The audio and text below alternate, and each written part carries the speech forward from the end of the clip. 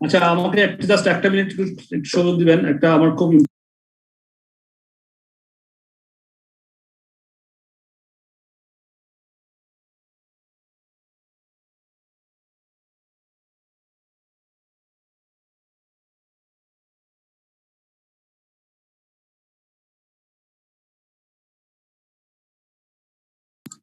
জি আমি এসে গেছি আবার। সো আলহামদুলিল্লাহ বাই দিস টাইম 28 জন এসে গেছে, নট ব্যাড। আমরা তারা ক্লাস স্ক্রিন শেয়ার করি। আজকে আমরা নতুন চ্যাপ্টারে চলে যাব। স্ক্রিন শেয়ার করছি, আপনারা স্ক্রিনটা হলে আমাকে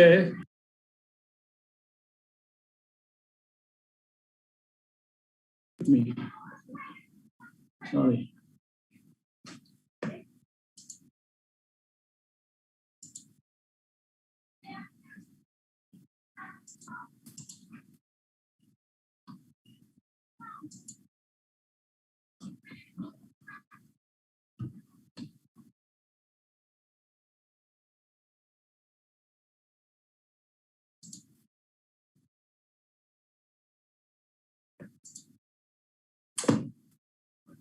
বড়টা কেন হয়েছে।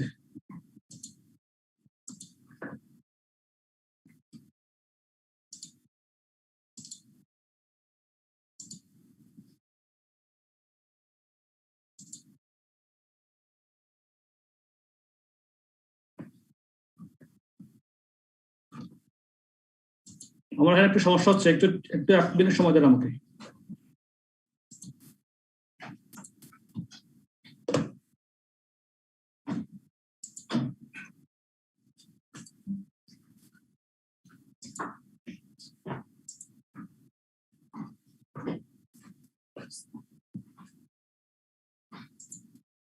আচ্ছা আমি স্ক্রিন শেয়ার করছি, আসছে স্ক্রিনটা?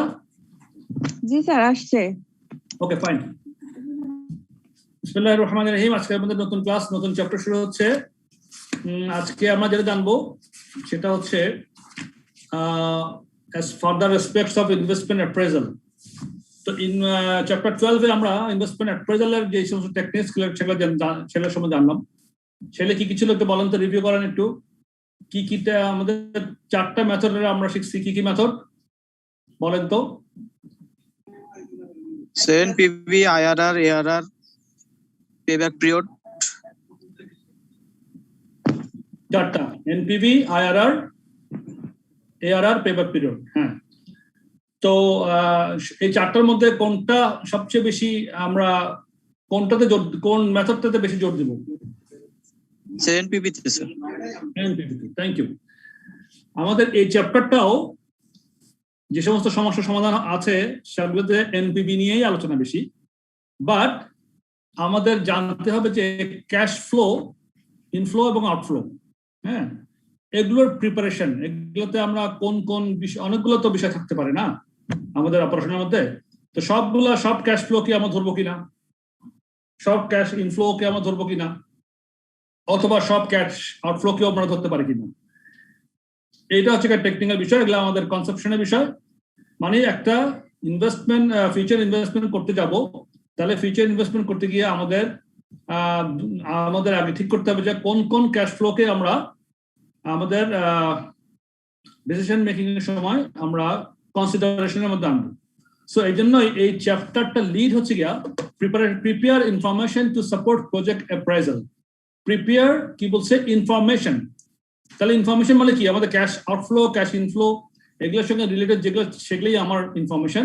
এর লেগে রেডি করবো কেন? To support project appraisal. তো এখানে কি আছে, আমরা এখানে কম্পোনেন্ট কি আছে? They apply the principles of relevant cash flow analysis and long run projects that continue for several years. So relevant cash এর কথা বলা আছে। রিলেভেন্ট কি কি না, কি কি কোনগুলো রিলেভেন্ট কোনগুলো ইররিলেভেন্ট সেগুলো আমরা দেখব। Calculate project cash flows accounting for tax and inflation and apply perpetuities to derive end of project value where appropriate. তাহলে ক্যাশ ফ্লোস এর মধ্যে আবার অ্যাকাউন্টিং এর কিছু, accounting for tax and inflation, এখানে ট্যাক্স এবং ইনফ্লেশনের কিছু ইম্প্যাক্ট হয়, সেগুলো আমরা বুঝে নেব। আর হচ্ছে তারপর অ্যাক্টিভিটি বেসড কস্টিং এর টেকনিক্স গুলা, এটা খুব একটা বেশি এখানে ফোকাস করে না, একদম শেষের দিকে একটু করে ফোকাস করছে। দেন apply sensitivity analysis. এটাও very important. Sensitivity analysis নিয়ে আমরা চ্যাপ্টার 11 এ আমরা sensitivity analysis পড়েছি। ওই একই কনসেপ্ট, এখানেও সেনসিটিভিটি গুলো দেখব, এনপিভির সঙ্গে নেট প্রেজেন্ট ভ্যালুর সঙ্গে অন্যান্য প্যারামিটারস সেনসিটিভিটি কতটুকু সেটাই আলোচনা করা, সেটাই আমরা মেপে দেখা, ভেরি ইজি, খুব কঠিন কিছু না। তারপর prepare decision support information for management, integrating financial and non financial considerations. তার মানে কি, ফাইন্যান্সিয়াল কনসিডারেশন আমরা করছি, হিসাব নিকাশ করে দেখছি ফাইন্যান্সিয়াল কনসিডারেশন গুলো কি আছে, তাহলে নন ফাইন্যান্সিয়াল কনসিডারেশন তো কিছু থাকতে পারে। সো সেগুলোকে ইন্টিগ্রেট করে আমরা সিদ্ধান্ত গ্রহণের সময় নন ফাইন্যান্সিয়াল কনসিডারেশন গুলো মাথায় রাখতে হবে। মেইনলি ফোকাস আমাদের ফাইন্যান্সিয়াল কনসিডারেশন গুলোতেই, এই যে আমরা হিসাব নিকাশ যেগুলো শিখছি বা আমরা যেগুলো অ্যাপ্লাই করছি সেগুলোই হচ্ছে ফাইন্যান্সিয়াল কনসিডারেশন। এর সঙ্গে কিছু এনভায়রনমেন্টাল, কিছু নন ফাইন্যান্সিয়াল বিষয় থাকতে পারে যেগুলো হয়তো আমাদের সিদ্ধান্ত গ্রহণের সময়, ডিসিশন মেকিং এর সময় আমাদের ইম্প্যাক্ট হতে পারে। সো দ্যাটস অলসো ইম্পর্টেন্ট, একটু ফোকাস করা আর কি। সো চ্যাপ্টার ওভারভিউ ডায়াগ্রামে আছে আমাদের অ্যাডভান্সড এরিয়াস। এখানে কি কি অ্যাডভান্স, এই চ্যাপ্টারটা অ্যাডভান্স এরিয়াস মধ্যে রিস্ক এন্ড সেনসিটিভিটি অ্যানালাইসিস, এটা জানবো। সেনসিটিভিটি অ্যানালাইসিস মধ্যে একটু বললাম, রিস্ক এবং সেনসিটিভিটি অ্যানালাইসিস সম্বন্ধে আমরা চ্যাপ্টার 11 এর বিষয়টা আলোচনা করেছি, এখানেও তার কিছুটা ছায়া আছে, একই জিনিস, সেম কনসেপ্ট, জাস্ট আমরা দেখে নেব কিভাবে এখানে অ্যাপ্লাই করতে হয়। দেন আসেন relevant cash flows. Relevant cash flows এইটা আমরা বুঝে নেবো ভালো করে, কোন কোন ক্যাশ ফ্লো রিলেভেন্ট সিদ্ধান্ত গ্রহণের জন্য, আর যেগুলো রিলেভেন্ট সেগুলোকে আমরা ধরবো, যেগুলো ইরেলেভেন্ট সেগুলো আমরা ধরবো না, এই হচ্ছে বিষয়। তাহলে কোনগুলো রিলেভেন্ট সেগুলো আমরা বুঝে নেব।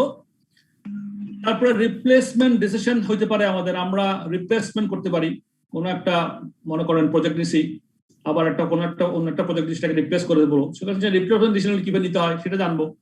তারপরে ট্যাক্সেশনের কিছু ইম্প্যাক্ট আছে, অ্যাকাউন্টিং ট্যাক্সেশন একরকম, আবার ইনকাম ট্যাক্স আর ট্যাক্সেশন আরেক রকম। তাহলে মানি ফ্লোটা ট্যাক্সেশনের কারণে আমাদের মানি ফ্লো হয়, টাকা চলে যায়। সো এই যে টাকাটা চলে যায় ট্যাক্সেশনের মধ্যে কোন ট্যাক্সের কতটুকু অ্যামাউন্ট কিভাবে ধরতে হয়, আবার ট্যাক্সেশনের কিছু ভাগ আছে, হয়তোবা আমরা mid of the year tax দিই। সো হয়তোবা দেখা যায় যে কোম্পানিগুলোতে 50% হয়তোবা এই বছরের ট্যাক্স দিতে হয়, আর বাকি 50% অন্য বছরের ট্যাক্স দিতে হয়। তাহলে এই বছরের যা ট্যাক্স, বছর অনুযায়ী আমাদের যে টাইম ভ্যালু মানি করবো আমরা, সুতরাং ওই যে টাইম টাকা হিসাব করে ট্যাক্স টাকা আমাদের ইনপুট দিতে হবে, সেই বিষয়গুলোই। দেন আসলে ইনফ্লেশন, ইনফ্লেশনের এফেক্ট নিয়ে আমরা আগেও আলোচনা করেছি, ইনফ্লেশন কিভাবে আমরা ইম্প্যাক্ট দিব, হ্যাঁ সেটাকে আমরা একটু আলোচনা করবো। দেন ক্যাপিটাল রেশনিং। ক্যাপিটাল রেশনিং সম্বন্ধে হচ্ছে আমাদের অনেক টাকা আছে, আমরা হয়তো একটা প্রজেক্টে দিতে গিয়ে আরো টাকা বাঁচবে, অন্য প্রজেক্টে দিব কিছু টাকা, কোনটাই দিব কোনটা দিব না রেশনিং করে করে সেটা হিসাব করবো। এই হচ্ছে মোটামুটি এই চ্যাপ্টারের আলোচনার মূল বিষয়। চলে যাই এখন net present value and sensitivity analysis. Net present value and sensitivity analysis কিভাবে হয় এটা? সাধারণত কি হয়, investment appraisal often involves a degree of uncertainty and risk. এটা তো আপনারা আনসার্টেনিটি এন্ড রিস্ক সম্বন্ধে আমরা 11 চ্যাপ্টারে পড়ছি।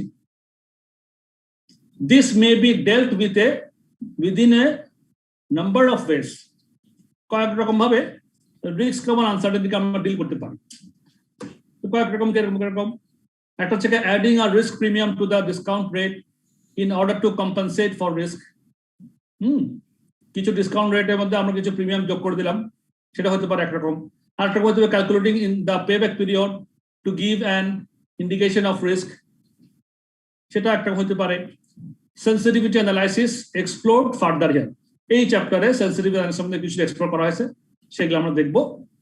আর ইউজিং প্রবাবিলিটি ডিস্ট্রিবিউশনস, এগুলো আমরা ওই রিস্ক এন্ড আনসার্টেনিটি চ্যাপ্টার 11 এর প্রবাবিলিটি ডিস্ট্রিবিউশন সম্বন্ধে জেনেছি, এবং গিভেন ইন্ডিকেশন অফ রিস্ক, একই কনসেপ্ট এখানেও। তবে Monte Carlo simulation, a computerise system, একটা computer system that extends sensitivity analysis. Sensitivity অ্যানালাইসিসের মতোই মন্টে কার্লো সিমুলেশন একটা থিওরি আছে, সেটাও একটা টাচ করে গেছে। তো এই বিষয়গুলো এখানে ফার্দার বলা আছে, যে ফার্দার ডিটেইলস, যে adding a risk premium to discount rate, a premium may be added to the usual discount rate to provide a safety margin. The premium may vary from project to project to reflect the different levels of risk. তারপর হচ্ছে payback period estimates of cash flows several years ahead are quite likely to be inaccurate and unreliable.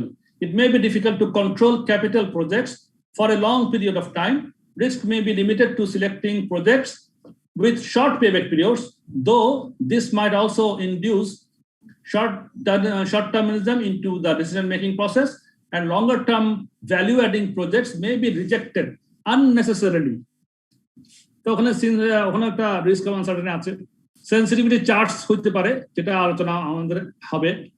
এটা গ্রাফের মাধ্যমে হতে পারে বা চার্টের মাধ্যমে হতে পারে। সেখানে ধরো নেট প্রেজেন্ট ভ্যালুর সঙ্গে ডিসকাউন্ট রেটের কতটুক সেন্সিটিভিটি, মানে ডিসকাউন্ট রেটটা কতটুক চেঞ্জ হলে নেট প্রেজেন্ট ভ্যালুটা আমার নেগেটিভ হতে পারে বা আমার চেঞ্জ হতে পারে।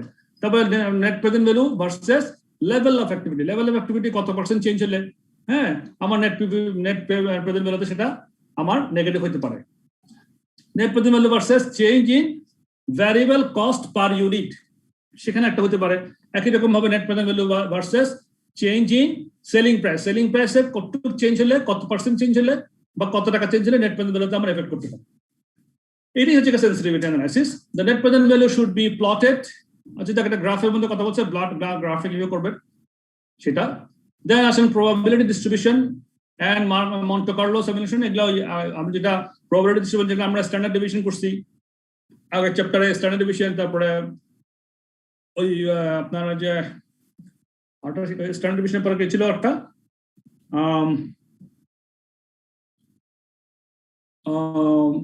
what মনে আসতেছে না। A probability distribution expected cash flows may be determined and hence the expected net present value বা expected value may be found together with risk analysis. আপনাদের নিশ্চয়ই মনে আছে যে আমরা probability distribution মাধ্যমে আমরা expected value বের করছিলাম লাস্ট 11 চ্যাপ্টারে। সো একই জিনিস, hence the expected net present value বা expected value may be found together with risk analysis. যেমন for example best possible outcome, worst possible outcome, probability of negative net present value etcetera. ওই আমরা probability distribution যেভাবে শিখেছি সেভাবে। ঠিক একই রকম ভাবে মন্টে কার্লো সিমুলেশন, এটা কম্পিউটার সিস্টেমের মধ্যে, কম্পিউটার জেনারেশনের মাধ্যমে একটা প্রবাবিলিটিকে অ্যাকাউন্ট ফর করা হয়। দেন স্ট্যান্ডার্ড ডেভিয়েশন দিয়ে করা হয় net present value and standard deviation, যেটা আমরা তাও রিস্ক অ্যানালাইসিসের মধ্যে শিখেছিলাম 11 চ্যাপ্টারে। একই রকম স্ট্যান্ডার্ড ডেভিয়েশন করা যায়। And এই যে expected value, standard deviation or coefficient of variance, এই শব্দটা মনে আসছে আমার, coefficient of variance শিখছি আমরা একই রকম। সো এগুলোও ইউজ করা যায় আর কি। এই হচ্ছে মোদ্দা কথা। এবার আসল কথায় আসি। Sensitivity analysis in net present value questions typically involves posing what if questions মানে কি হইলে কি হইতে পারে, এই হইলে কি হইতে পারে, what if আমার সেলস প্রাইস বেড়ে গেল, what if আমার ভ্যারিয়েবল কস্ট বেড়ে গেল, what if আমার অন্য কস্ট বেড়ে গেল, তাহলে কি হবে? এটা হচ্ছে সেন্সিটিভিটি অ্যানালাইসিস। তাহলে sensitivity analysis in net present value questions typically involves posing what if questions. The net present value is recalculated under different conditions. For example, what would happen if demand fell by 10%? তাহলে এটা একটা sensitivity analysis. আমার demand যদি 10% কমে গেল তাহলে কি হইতে পারে, what would happen? অথবা how would the result be affected if variable costs are 5% higher, etc. তাহলে আমার ভ্যারিয়েবল কস্ট 5% বেড়ে গেলে আমার রেজাল্ট কি হইতে পারে? এই আলোচনাটাই হচ্ছে সেন্সিটিভিটি আলোচনা। এইটাই অ্যানালাইজ করাটা হচ্ছে sensitivity analysis. Alternatively, we may wish to discover the maximum possible change in one of the parameters before the opportunity becomes non-viable. So this maximum possible change is often expressed as a percentage. আমরা একটা পার্সেন্টেজের মাধ্যমে maximum possible change কি হতে পারে sensitivity analysis মধ্যে আমরা দেখি। তাহলে সেন্সিটিভিটি মার্জিন হচ্ছে কি net present value divided by present value of flow under consideration. Flow under consideration মানে এই যে ভ্যারিয়েবল কস্ট কিংবা সেল ইত্যাদি ওগুলোর প্রেজেন্ট ভ্যালু যা আছে সেগুলা flow under consideration, present value of flow under consideration, net present value কে দিয়ে ওকে দিয়ে ভাগ করলে আমরা সেন্সিটিভিটি মার্জিনটা পেয়ে যাব। So this formula works for total cash flows. It cannot be used for individual units, selling prices, variable cost per unit, etc. Have a got of the following example. একটা এক্সাম্পলের মাধ্যমে আমরা জিনিসটা বুঝি। দেখেন এখানে বলছে sensitivity analysis BJS Limited is considering investing 1,20,000 pound in equipment that has a life of 15 years. Its final scrap value is 25,000 pound. এক minute, হ্যাঁ, তারপরে বলতেছে the equipment will be used to produce 15,000 deluxe pairs of rugby boots per annum, generating a contribution of 2.75 per pair.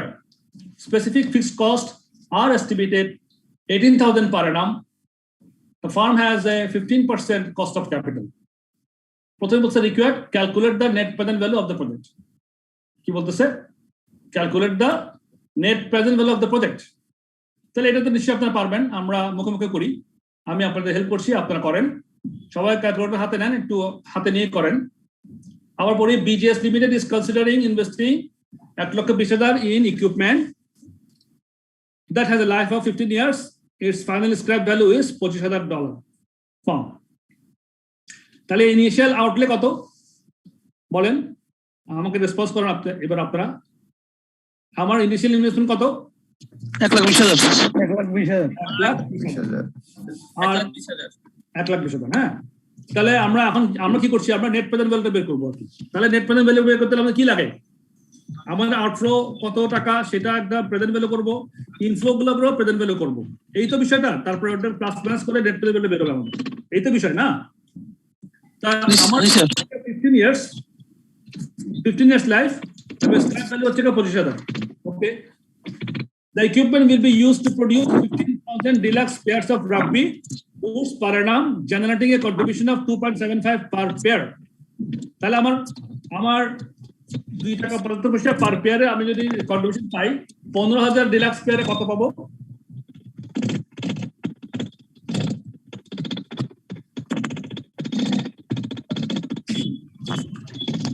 কিসের আবাদ হচ্ছে একটা?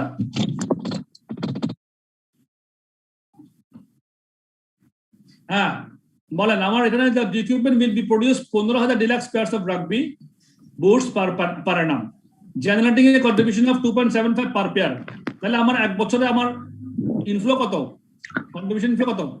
41,250। কিভাবে করলেন বলেন না স্যার? ওই 15,000 কে 2.75 দিয়ে গুণ দিয়েছি, এটা আমার ইনকাম। হ্যাঁ, তো 15,000 কে 2 টাকা 5 গুণ করলে আমার কত হয়? 41,250। জি স্যার। কেমন? আর এখানে বলছে specific fixed cost estimated 18,000, farm has 15% cost of capital. তাহলে 15% কস্ট অফ ক্যাপিটালে আমার 15 বছরে অ্যানুইটি টেবিল থেকে দেখেন ডিসকাউন্ট রেটে আমার 1 থেকে 15 বছরে গিয়ে কত হয় অ্যানুইটি টেবিলে? 15 বছরে 15% রেটে অ্যানুইটি টেবিলে কত টাকা লেখা আছে, কত ডিসকাউন্ট ফ্যাক্টর দেওয়া আছে অ্যানুইটি টেবিলে? অ্যানুইটি টেবিল থেকে দেখে বলতে হবে, বলেন একটু আমার সঙ্গে। আপনারা বইটা থেকে অ্যানুইটি টেবিল থেকে খুঁজে নিলে এখন আপনার প্র্যাকটিসটা হবে। বলেন, আমি তো এখন বলতেই পারছি চাইলে, কিন্তু আপনারা বলেন একটু খুঁজে নিতে পারবেন নাকি পারবেন না? 5.847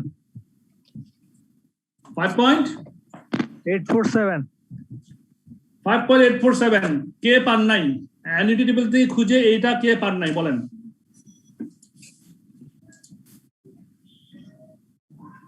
সবাই পাইছেন? জি স্যার পাইছি। পান নাই এমন কেউ নাই? আশা করি নাই, খুব কঠিন বিষয় না, আশা করি সবাই পাবেন। তাহলে আমার কন্ট্রিবিউশন 41,250 আর 5.847 দিলে আমার প্রেজেন্ট ভ্যালু কত কন্ট্রিবিউশনের?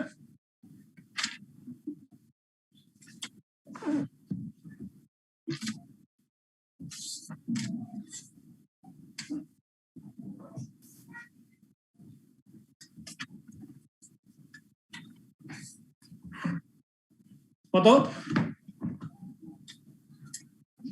অ্যাকচুয়ালি 250 কে 5.847 দিয়ে গুণ করেন। স্যার 2,41,189। জি, অ্যাকচুয়ালি 250 আমার অ্যানুয়াল ইনফ্লো, ওইটাকে আমি 5.847 দিয়ে গুণ করছি। কেন গুণ করছি? 15% ডিসকাউন্ট রেটে 15 বছরে আমার অ্যানুইটি টেবিল থেকে বের করছি 5.847 ওখানে লেখা আছে, ওই চার্ট থেকে নিয়ে এসে আমি অ্যাকচুয়ালি 250 কে 5.847 দিয়ে গুণ করছি। তাহলে কত হয়? 2,41,000। বুঝেন নাই কেউ আছেন কিনা বলেন আমাকে? বুঝেন নাই কেউ? সবাই বুঝছেন কিন্তু বুঝেন নাই কেউ এরকম আছেন? সবাই বুঝছেন? গুড। তো তাহলে আমরা ইনভেস্টমেন্টের প্রেজেন্ট ভ্যালু পেলাম স্যার এসকে ভ্যালুটা স্যার ইনকাম স্যার 5 বছর পরে স্যার 15 বছর পরে একটু আস্তে এসকে বলেন ভ্যালু জি জি আবার বলেন এসকে ভ্যালু স্যার 25000 টাকা এটা ওটা আসতেছি আমরা স্টেপ বাই স্টেপ আসছি। এবার আসেন আপনি ফিক্সড কস্ট হচ্ছে কি আমার 18,000 পার annum। হ্যাঁ, ফিক্সড কস্ট হচ্ছে কি 18,000 পার annum। তাহলে এটাকেও প্রেজেন্ট ভ্যালু থেকে আমরা 15% ডিসকাউন্টে 15 বছর পর্যন্ত ফিক্সড কস্ট 18,000 টাকা হবে। তাহলে ওটা প্রেজেন্ট ভ্যালু কত? 18,000 ইনটু 5.847 আবার করেন, কত হয়? স্যার 1,05,246। এটা হচ্ছে কি আউটফ্লো না, টাকা খরচ হবে আমার আউটফ্লো। তাহলে এটা মাইনাস ফিগার। হ্যাঁ, 1,05,246 বুঝেন নাই? কেউ থাকলে অবশ্যই বলবেন, কিন্তু এগুলা কিন্তু আমাদের ভাইটাল পয়েন্ট এবং ইম্পর্টেন্ট, মানে এটা মিস করা যাবে না। তারপর আসেন এবার আরেকটা কি ছিল আছে স্ক্র্যাপ ভ্যালু কত? স্ক্র্যাপ ভ্যালু কত দেওয়া আছে? 25,000 তাহলে পাবো কোন ইয়ারে পাবো? 15 ইয়ারে স্যার। 15th ইয়ারে পাবো। হ্যাঁ, এটা কিন্তু তাহলে আমরা discount factor table present value discount factor থেকে দেখবো নাকি অ্যানুইটি টেবিল থেকে দেখবো? কোন থেকে দেখবো? স্যার ডিসকাউন্ট ফ্যাক্টরে। ডিসকাউন্ট ফ্যাক্টর থেকে দেখবো। হ্যাঁ, অ্যানুইটি টেবিল থেকে, কারণ এটা শুধু লাস্ট 15তম বছরে গিয়ে এই টাকাটা পাবো। তাহলে 15তম বছরে গিয়ে 25,000 টাকা দিয়ে পাবো, সেটা আজকের ভ্যালুর জন্য নির্ধারণ করার জন্য আমাকে ডিসকাউন্ট ফ্যাক্টর বের করতে হবে। ডিসকাউন্ট ফ্যাক্টর টেবিল থেকে বা প্রেজেন্ট ভ্যালু টেবিল থেকে ডিসকাউন্ট ফ্যাক্টর বের করে নিয়ে আসতে হবে। তাহলে ডিসকাউন্ট ফ্যাক্টর কত? 15তম বছরে 15% ডিসকাউন্টে ডিসকাউন্ট ফ্যাক্টর কত লেখা আছে একটু খুঁজে বলেন। স্যার 0.123। সবাই পাইছেন? জি স্যার। আমি বুঝি নাই স্যার, মানে উপরের তিনটা হচ্ছে অ্যানুইটি টেবিল থেকে বের করলাম, আর স্ক্র্যাপ ভ্যালুটা ডিসকাউন্ট ফ্যাক্টর থেকে কেন করলাম স্যার? কেন করলাম? Very good. কে আনসার দিবে এটা? কারণ স্যার 15 বছর পরে পাওয়া যাবে স্যার। 15 বছর পরে পাওয়া যাবে। জি স্যার।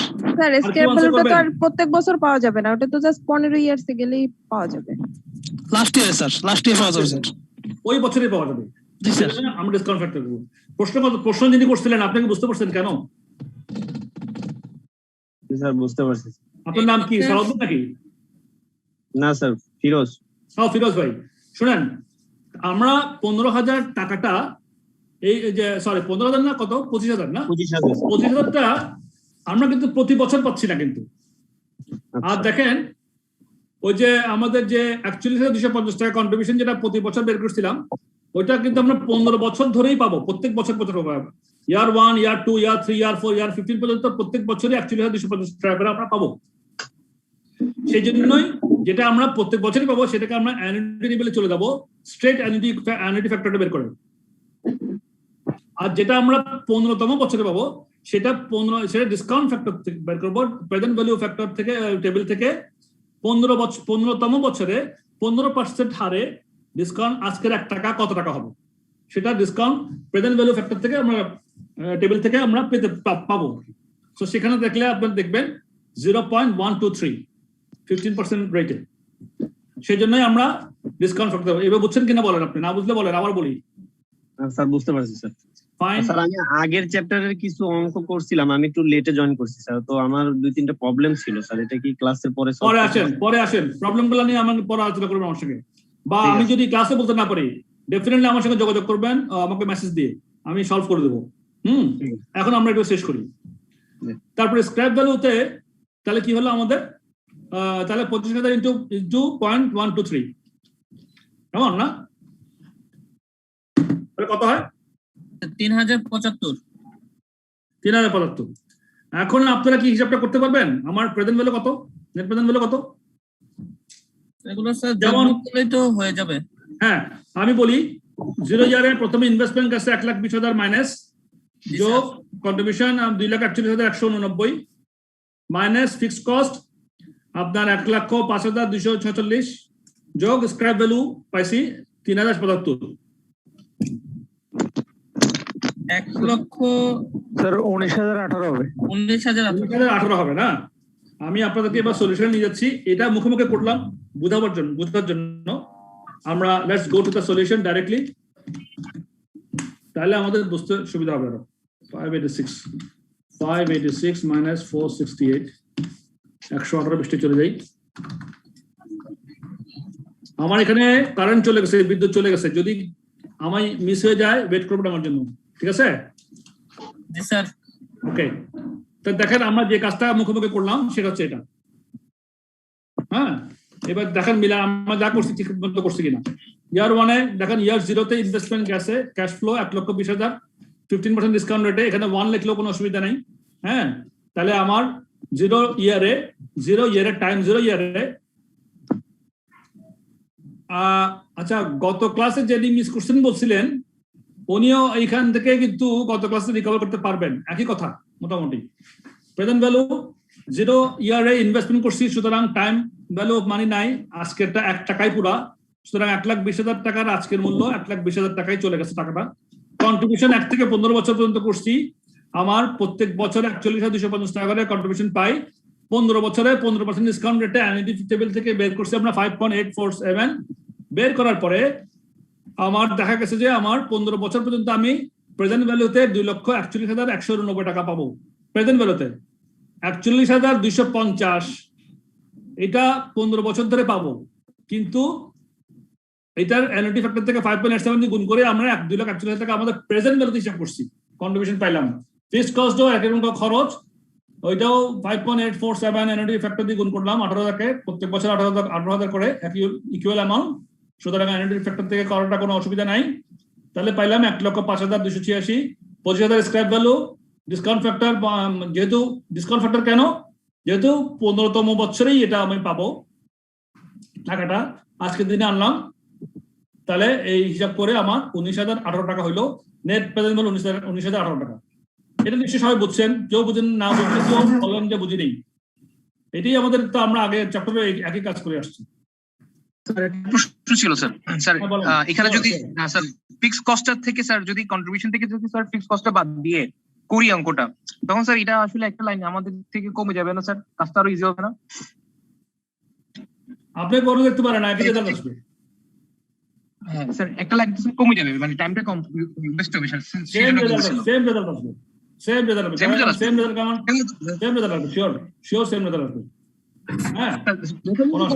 এই কস্টে করা যাবে নাকি স্যার? কিন্তু আপনি এখানে কমে গেলেও আপনার দেখেন এখানে কিন্তু কস্ট গুলো এবং ইনকাম গুলো কিন্তু আপনি আলাদা আলাদা ভাবে দেখাতে পারছেন, এটাও কিন্তু ইম্পর্টেন্ট একটা। এটাও যখন ম্যানেজমেন্টের সামনে যখন যাবে তখন আপনার এটাও একটা ওদের জন্য একটা মানে ওদের জন্য একটা ইম্পর্টেন্ট একটা ইস্যু হতে পারে। সো আলাদা করে দেখালে কোনো অসুবিধা নেই, একটা লাইন বাড়বে আর কি, ঠিক আছে? তো এই গেল মোটামুটি আমাদের প্রথম রিকোয়ারমেন্ট, যে আমাদের নেট প্রেজেন্ট ভ্যালুটা বের করলাম। এবার আসেন আমাদের রিকোয়ারমেন্ট বি তে কি লেখা আছে বলেন তো কোশ্চেনে? ক্যালকুলেট, বলেন স্যার। আমাদের এখানে যে ক্যাশ ফ্লোটা বলছে মানে প্রশ্নে, এটা তো আমাদেরকে মিন করতেছে আফটার ট্যাক্সের টাকাটা। কোনটা? এই যে ক্যাশ ফ্লো, যে টাকাগুলো আমাকে দেওয়া থাকে এই অঙ্কে, এই চ্যাপ্টার অঙ্কে বা এর আগের চ্যাপ্টার অঙ্কে, যদি বিফোর ট্যাক্সের টাকা দেওয়া থাকতো তখন কি আমরা ওই যে মানে বিবিএ লেভেলে যেভাবে অঙ্ক করছি বড় চার্ট করে, ওগুলো করা লাগতো তো মেবি? ভেরি গুড, ডিপ্রিসিয়েশন কোশ্চেনটা একটু অ্যাডভান্স করছেন। হ্যাঁ, থ্যাংক ইউ। আপনি যে কথাটা বলছেন এই কথাটা আজকে আমাদের আলোচনাতে একটু পরে পাবেন। হ্যাঁ, ট্যাক্স এফেক্ট গুলো এখন যখন কিছু বলা থাকবে না তখন আপনারা অত মাথা ঘামানোর দরকার নেই। ট্যাক্সের কথা, ট্যাক্সের ইম্প্যাক্ট দিতে হলে ট্যাক্সের কথা ওখানে বলে দিবে কোশ্চেনে। ইনফ্লেশনের কথা বললে তখন ইনফ্লেশন ইম্প্যাক্ট দিবেন, কিছু বলার না থাকলে কিছু নাই। হ্যাঁ, সো আমরা ট্যাক্স নিয়ে এবং ইনফ্লেশন নিয়ে একটু পরে আলোচনা যাবো আমরা ইনশাল্লাহ, তখন আরো দেখবেন যে এটা খুলে গেছে মাথাটা। তো আচ্ছা, এবার আসেন তাহলে নেট প্রেজেন্ট ভ্যালুটা করলাম। এবার আমাদের কোশ্চেনের এক্সাম্পল 1 এর বি তে কি কি বলা আছে? Calculate the sensitivity of your net present value, তাই না? বলেন তো, একজন বলেন কি কি আছে?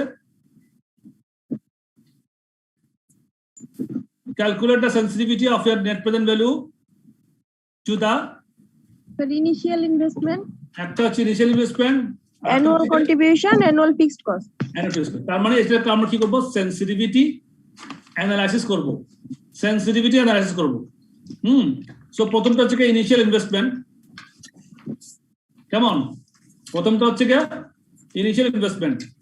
তো ইনিশিয়াল ইনভেস্টমেন্ট দেখেন, if the capital outlay were to rise by more than 19,018, the project would cease to be viable as a percentage increase, this is মানে কি আমার যদি নেট প্রেজেন্ট ভ্যালু যদি কমে যায় 19,018 টাকা নেট প্রেজেন্ট ভ্যালু মানে কোথা থেকে আমার সমস্ত খরচ বাদ দিয়ে ইনকাম থেকে সমস্ত খরচ বাদ দিয়ে নেট প্রেজেন্ট ভ্যালু আসছে প্রেজেন্ট ভ্যালুর ফর্মে যদি আমার এই 19,018 টাকা না হয় তাহলে তো আমার এটা ভাইবল হবে না বা এটার যদি নেগেটিভ হয়ে যায় তাহলে ভাইবল হবে না তাহলে কতটুকু সেনসিটিভ তাহলে আমরা বের করবো নেট প্রেজেন্ট ভ্যালুর এটা আমাদের রিকোয়ারমেন্ট ছিল আমাদের calculate the sensitivity of year net present value net present value হচ্ছে 19,018 টাকা sensitivity of net present value কি প্রথমে হচ্ছে একটা ইনিশিয়াল ইনভেস্টমেন্টের উপর তো ইনিশিয়াল ইনভেস্টমেন্ট কত আমাদের 1,20,000 তাহলে নেট প্রেজেন্ট ভ্যালুটা 1,20,000 এর সঙ্গে কত পার্সেন্ট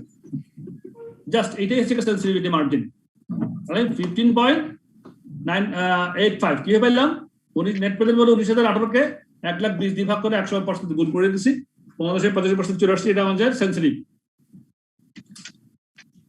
তারপর আসেন অ্যানুয়াল কন্ট্রিবিউশনের উপরে কত সেনসিটিভ নেট প্রেজেন্ট ভ্যালুটা তো নেট প্রেজেন্ট ভ্যালু তো 19,800 আছে অ্যানুয়াল কন্ট্রিবিউশন 2,41,191 অ্যানুয়াল কন্ট্রিবিউশন আর প্রেজেন্ট ভ্যালু হচ্ছে 2,41,191 তো 19,018 কে 2,41,191 দিয়ে ভাগ করে 500 নিয়ে আসলে 7.8% সেনসিটিভ তার মানে if the present value of contribution were to fall by more than 19,000 the project would cease to be viable as a percentage change this is কত এইভাবে আমরা হিসাব করে দেখাই 2,41,000 দিয়ে 19,000 ভাগ করলে 7.8% যদি ফল করে তাহলে আমার এটা ভাইবল হয়ে যাবে ভাইবল হবে না cease to be viable তারপরে আসলে এবার sensitive margin annual fixed cost আমাদের বলা আছে এই যে 18,000 করে ছিল পার বছরে আমি অ্যানুইটি করছি 1,05,200 তো 19,018 থেকে 1,05,000 দিয়ে ভাগ করে 100% করে ফেললাম 18,000 তার মানে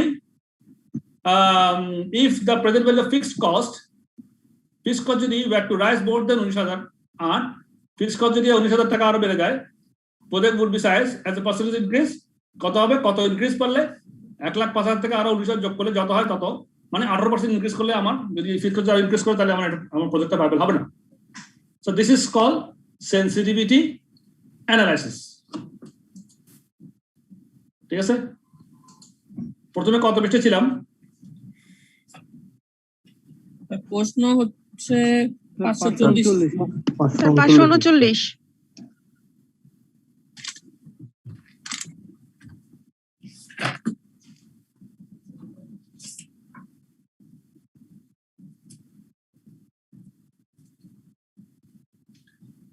আচ্ছা কারেন্ট তো চলে গেছে জানি না কতক্ষণ টিকতে পারবো বুঝছেন একটু আমি কয়েকটা লাইট অফ করে দিই একটু লাইট অফ করে আসি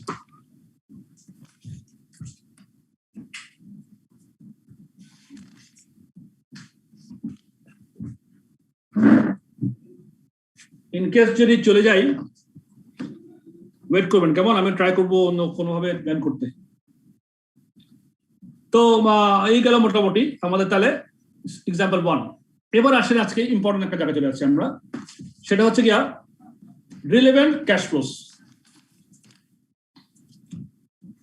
রিলেভেন্ট ক্যাশ ফ্লো এটা শেষ হয়নি ওটা তো সিডি বাকি ছিল তো ও সি গুলো ড্র ডায়াগ্রাম না আচ্ছা ঠিক আছে ওগুলো করিনি না draw diagram two illustrate the sensitivity of the project to the annual demand আর ছিল use your diagram to identify the maximum annual sales required to ensure the project at least break even diagram করতে একটা কত পৃষ্ঠা ছিল আমরা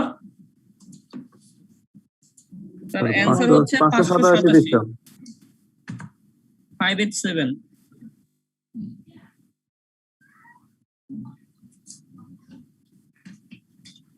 এখানে বলছে সিটা কি বলতেছে draw a diagram to illustrate the sensitivity of the project to annual demand তো বলতেছে এখন ডায়াগ্রাম যদি আঁকতে হয় তাহলে it takes 2 points to be able to draw a diagram একটা ডায়াগ্রাম যখন আঁকবেন তখন দুইটা পয়েন্টের দরকার হয় and therefore we need to start by looking at another demand level তাহলে অন্য একটা ডিমান্ড লেভেল আমরা একটা দেখি let's take annual demand be 10,000 units আগেরটা কত ছিল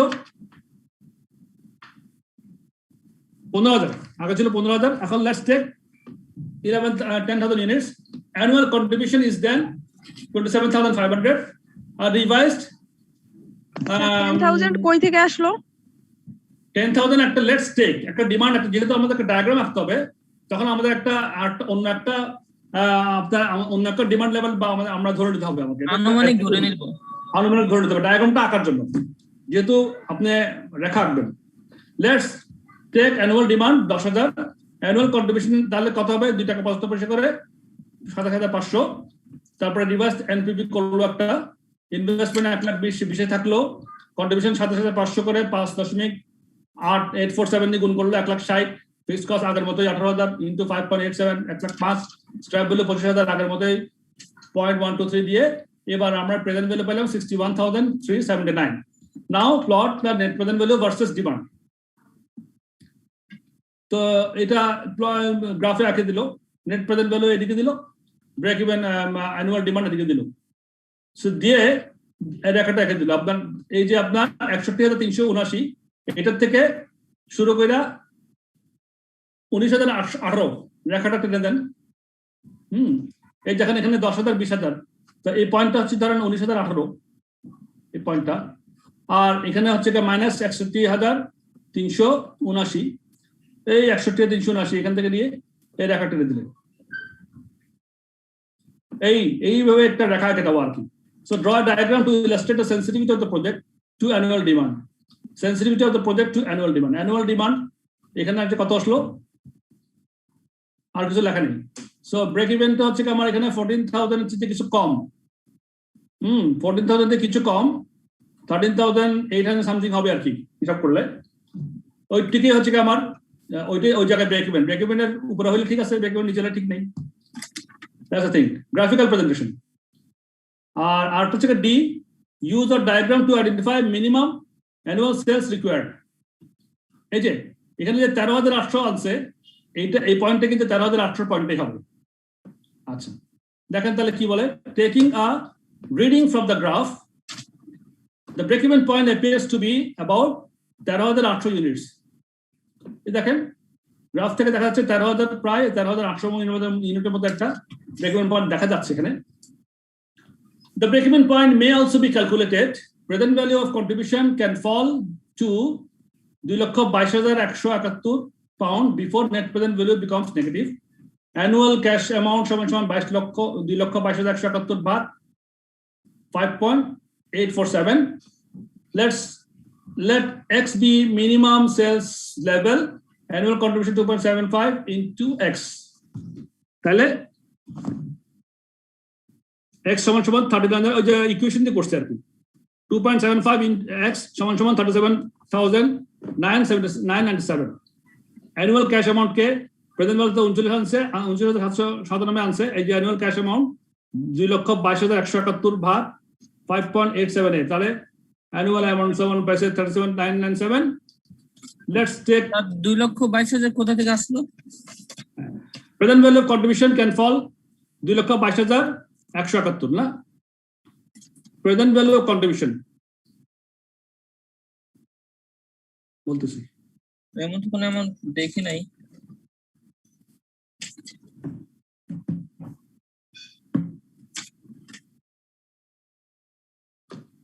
কন্ট্রিবিউশন 2,41,191 না, 2,41,191 এটার সঙ্গে একটা অ্যাডজাস্টমেন্ট হয়েছে, আর ওটা কত 2,22,000 না? জি স্যার, 2,22,171। হ্যাঁ, তো 2,41,191 সঙ্গে আপনি 19,018 যোগ করলে কত হয় দেখেন তো, 2,22,171 হবে। কত যোগ করবো? ওই 19,000 প্রেজেন্ট ভ্যালু 19,800, 19,018 বিয়োগ হবে স্যার, বিয়োগ হবে। ঠিক আছে, বিয়োগ হবে, সরি 2,41,189 সাথে 19,018 বিয়োগ, তাহলে 2,22,171 হয়। হ্যাঁ, ওটাকে আবার আপনার ইতে আনলেন, কন্ট্রিবিউশন আনলেন, তাহলে অ্যানুয়াল কন্ট্রিবিউশন 2.75 x সমান 37,997, x সমান 13,817। এই ডায়াগ্রামের মাধ্যমে দেখানো আপনি, বাট সাধারণত এরকম ডায়াগ্রাম করতে দেয় না। হ্যাঁ, বাট আমরা তারপরেও একটু জেনে নিলাম ডায়াগ্রামের মাধ্যমে কিভাবে শো করতে হয়। স্যার সেনসিটিভ অ্যানালিসিস আমার একটু প্রবলেম হচ্ছে। কিসে? এই সেনসিটিভিটির স্যার এই গ্রাফটাতে। সেনসিটিভিটির মধ্যে আপনার ওই যে বললাম যে কটক সেনসিটিভ, আপনার গ্রাফে না গিয়ে বরং যদি আপনার প্রবলেম থাকে আপনাকে আমি এখানে দেখাচ্ছি। এক্সাম্পল 1 এর মধ্যে আপনার কটক সেনসিটিভ মনে করেন, এখানে আমরা হিসাব করছিলাম যেটা আপনার এখানে বলছে calculate the sensitivity of your net present value. তো নেট প্রেজেন্ট ভ্যালু কত ছিল আমাদের? 19,018 ছিল না? জি স্যার। হ্যাঁ, তো 19,018টা কটক সেনসিটিভ আমার বিভিন্ন প্যারামিটারের সঙ্গে আমি দেখবো, হয় আপনার ইনিশিয়াল ইনভেস্টমেন্টের সঙ্গে কটক সেনসিটিভ, কিংবা অ্যানুয়াল কন্ট্রিবিউশনের সঙ্গে কটক সেনসিটিভ, কিংবা অ্যানুয়াল ফিক্সড কস্টের কটক সেনসিটিভ। সেই বিষয়টা আপনি হিসাব করে বের করবেন। তো আপনি একটা সিম্পল একটা আপনার নেট প্রেজেন্ট ভ্যালুকে যেটা দিয়ে আপনি ভাগ করবেন সেটাই হচ্ছে মানে যেটা দিয়ে চাচ্ছেন, যেমন মনে করেন ইনিশিয়াল ইনভেস্টমেন্ট দিয়ে সঙ্গে আপনি কম্পেয়ার করতে চাচ্ছেন, তাহলে নেট প্রেজেন্ট ভ্যালু কে আপনি ইনিশিয়াল ইনভেস্টমেন্ট ভাগ করবেন। ভাগটা বরং দেখাই, তাহলে মনে হয় সুবিধা হবে। স্যার আমি জাস্ট জানতে চাই যে আমার যে মানে আমার ইন্ডিপেন্ডেন্ট ভ্যারিয়েবলের বৃদ্ধি বা কমের প্রেক্ষিতে আমার ওয়াই এক্সিস এর এনপিপি কতটুকু বাড়ছে কমছে, এটাই কি স্যার আমার সেনসিটিভিটি অ্যানালিসিস কিনা? আমি আপনার কথাটা ধরতে পারিনি, আবার বলবেন একটু প্লিজ। স্যার আমার মানে ইন্ডিপেন্ডেন্ট ভ্যারিয়েবল এই এক্স অ্যাক্সিস এর ভ্যালু গুলো চেঞ্জের প্রেক্ষিতে আমার নেট প্রেজেন্ট ভ্যালু মানে ওয়াই অ্যাক্সিস বরাবর যেগুলো আছে স্যার, এইটার বৃদ্ধি বা হ্রাস, এটাই কি স্যার আমার সেনসিটিভিটিটা মিন করতে? সেনসিটিভিটি, হ্যাঁ, মানে সেনসিটিভিটি আমার এনপিপি কতটুকু চেঞ্জ মনে করেন আমার এখানে মনে করেন আমি বলি আপনাকে, বরং এটার থেকে আপনি এখানে দেখেন গ্রাফের সাথে এখানে আসলে ভালো আপনার। যেমন আপনার সেনসিটিভিটি মার্জিন এখানে কি করছি আমরা আউটলেটের সঙ্গে, তো বলতেছি যে আমরা আউটলেটে যদি আমার 15% 1,20,000, তো এটা যদি 15.85% আরো বাড়ে, 1,20,000 ইন্টু 15.85% কত হয় দেখেন তো? 1,20,000 15.85% কত হয়? 1 লক্ষ। স্যার এই 19,018ই তো আসবে। 19,020 হয় আর কি, 19,020 আর 19,018 কথা একই, তাই তো? তার মানে আপনার যদি 1,20,000 আউটলেটটা যদি 1,20,000 এর সঙ্গে আরো 19,818 যোগ করেন, তাহলে ওই কত হয়? 1,39,018 পর্যন্ত যদি হয়, 20,000 না তো 2,000 থাকে। 190 না, আউটলেটটা কটক সেনসিটিভ মানে 19,018 নেট প্রেজেন্ট ভ্যালুটা আপনার যে নেট প্রেজেন্ট ভ্যালু, এটা 1,20,000 টাকা যদি বেড়ে যায়, তাহলে নেট প্রেজেন্ট ভ্যালু 19,000 টাকা থাকবে না, থাকবে না। যদি আপনার খরচ বেশি হয়ে যায় তাহলে তো নেট প্রেজেন্ট ভ্যালুটা কমে যাবে, আপনার কমে যাবে না? জি স্যার। হ্যাঁ, তাহলে আপনি কত পার্সেন্ট পর্যন্ত বেড়ে গেলে আপনার এটা নেট প্রেজেন্ট ভ্যালুটা আপনার নেগেটিভ হয়ে যাবে। তাহলে 15.87 হচ্ছে ব্রেক ইভেন পয়েন্টটা, 15.87% হচ্ছে এখানে ব্রেক ইভেন পয়েন্টটা। জি স্যার, আই গট ইট। এই ক্ষেত্রে ব্রেক ইভেন পয়েন্টটা, হ্যাঁ, ঠিক একই রকম ভাবে এখানে 2,41,191, এটা কি আমার ছিল? এটা ছিল আমাদের কি কন্ট্রিবিউশনটা আমার সেনসিটিভ হচ্ছে 7.89%। তাহলে 2,41,000 এর 7.8% যদি আরো যদি আমার যদি কমে যায় কন্ট্রিবিউশনটা, তাহলে আমার এটা নেগেটিভ হয়ে যাবে। কথা বুঝতে পারছেন? মানে 2,22,000 হয়ে যাবে তখন।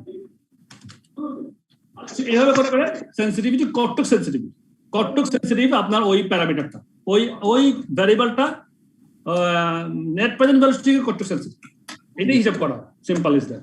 স্যার ব্যাপারটা যে কোন ফ্যাক্টরের এগেইনস্টে কোনটা সেনসিটিভ আমি খেয়াল করব, সেটা হচ্ছে সেনসিটিভিটি অ্যানালিসিস। জি। এক মিনিট সময় নেই, এটা হচ্ছে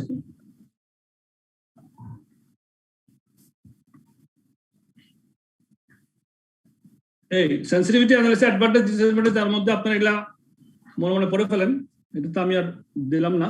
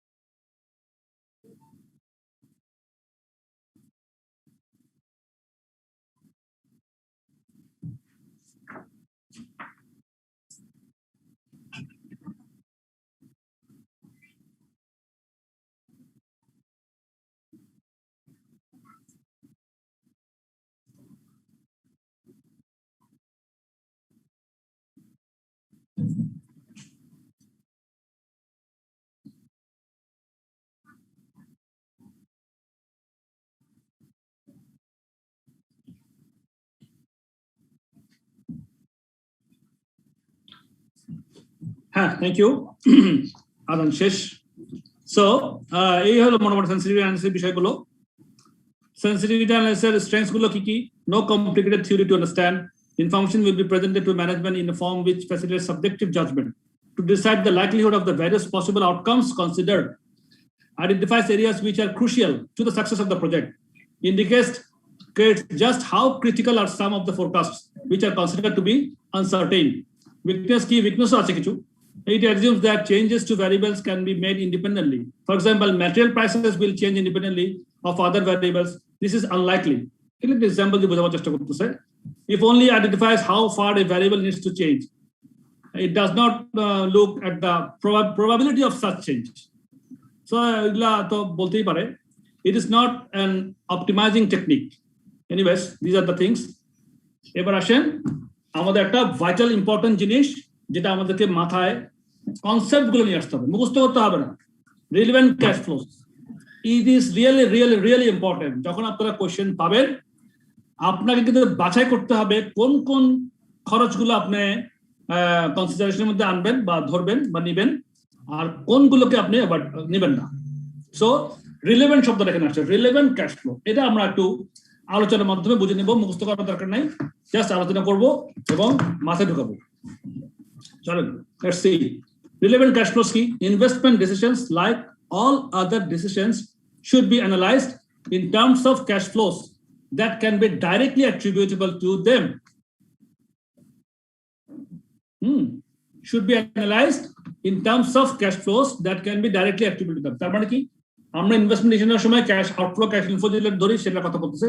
should be analyzed in terms of cash flow that can be directly attributable to them. কোন টু দেম মানে কি? কার সঙ্গে?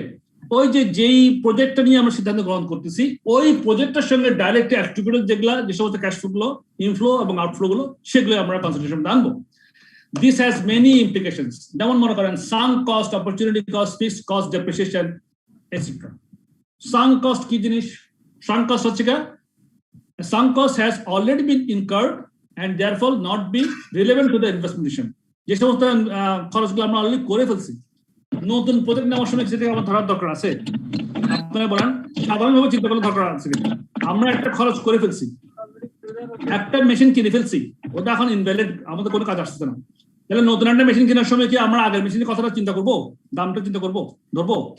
নো স্যার, ওইটা হচ্ছে সাঙ্ক কস্ট। তার মানে আমার যে খরচটা আমি করে ফেলছি, যেটা আমার ফিউচার ইনভেস্টমেন্টের সঙ্গে কোনো মতে রিলেটেড না, সেটা হচ্ছে আমার দরকার, সেটা ইররিলেভেন্ট।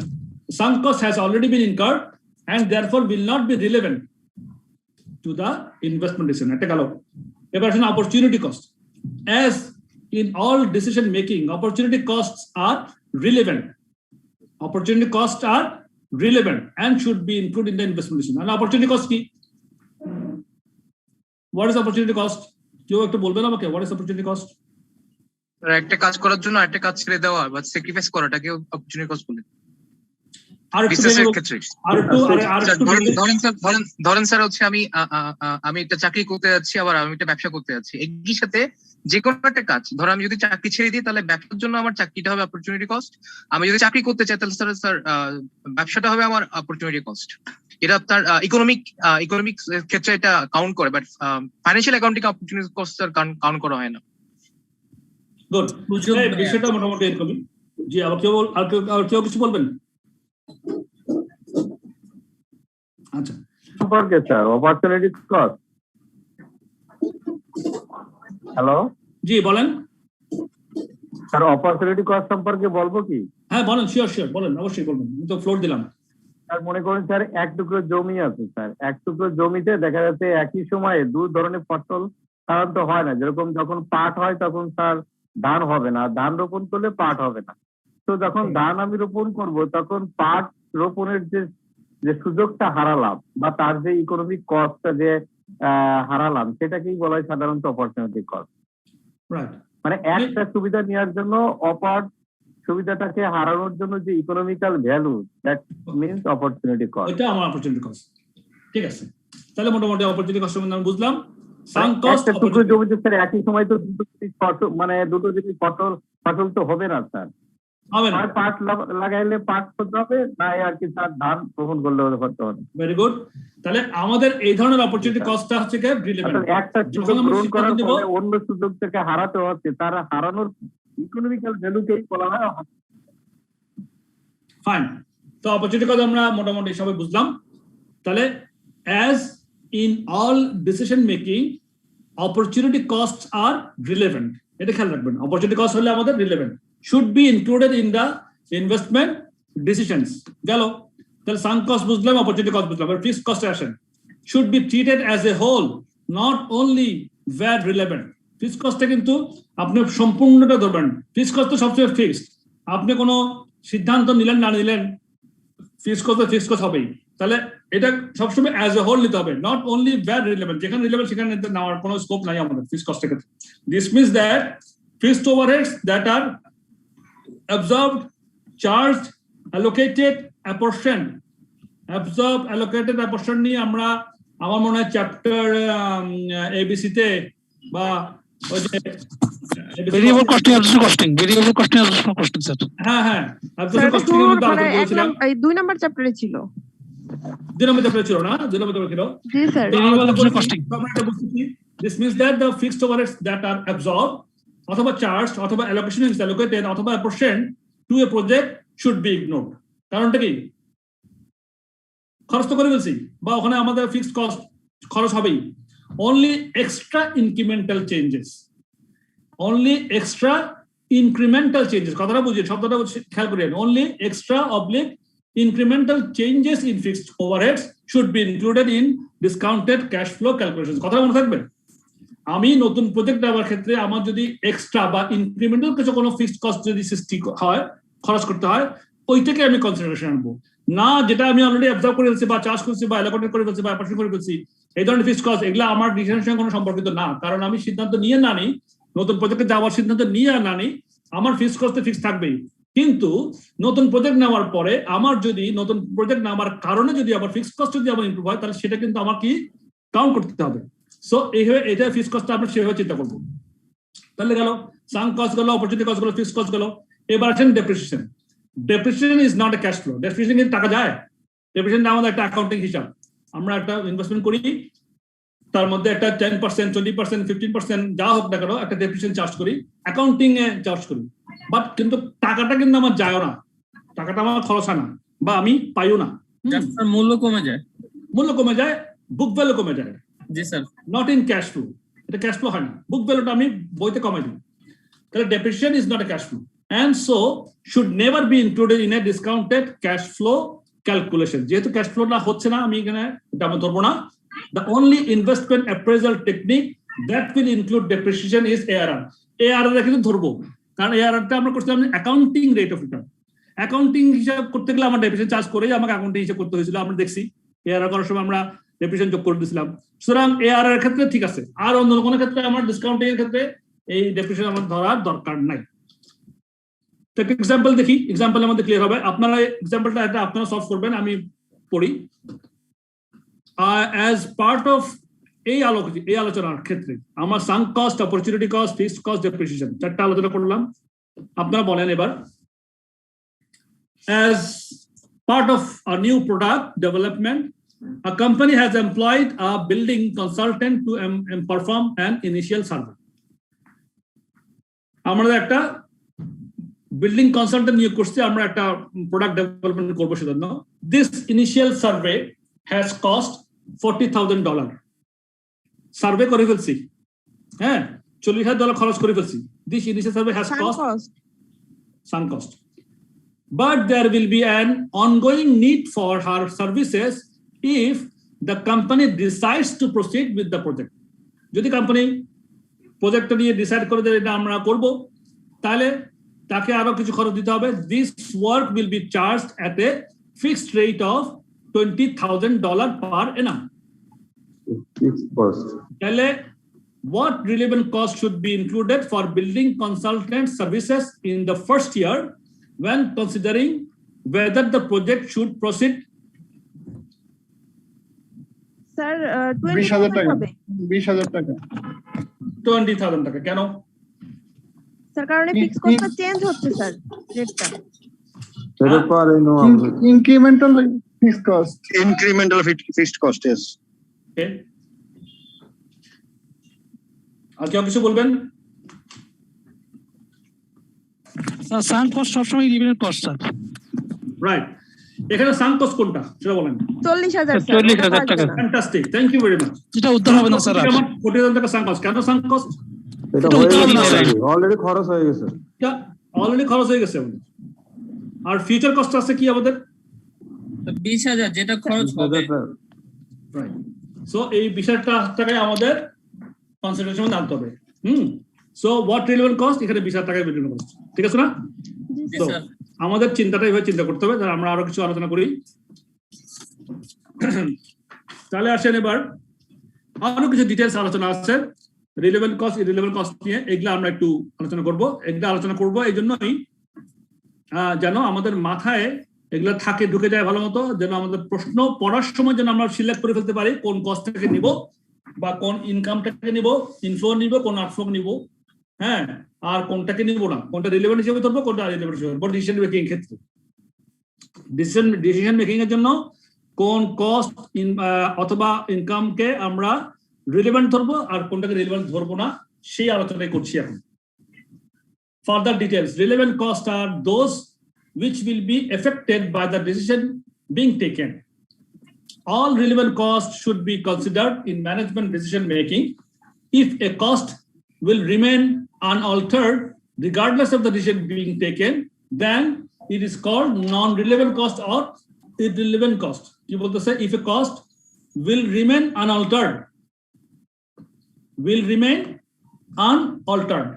মানে আমার চেঞ্জ হবে না, of the decision being taken, আমি regardless of the decision being taken, সিদ্ধান্ত নিই আর না নিই, যে কস্টগুলো আমার কোনো এফেক্ট করবে না, সিদ্ধান্ত নিলেও ওই খরচটা করতে হবে, না নিলেও ওই খরচটা করতে হবে, তাহলে these are called non-relevant cost অথবা irrelevant cost.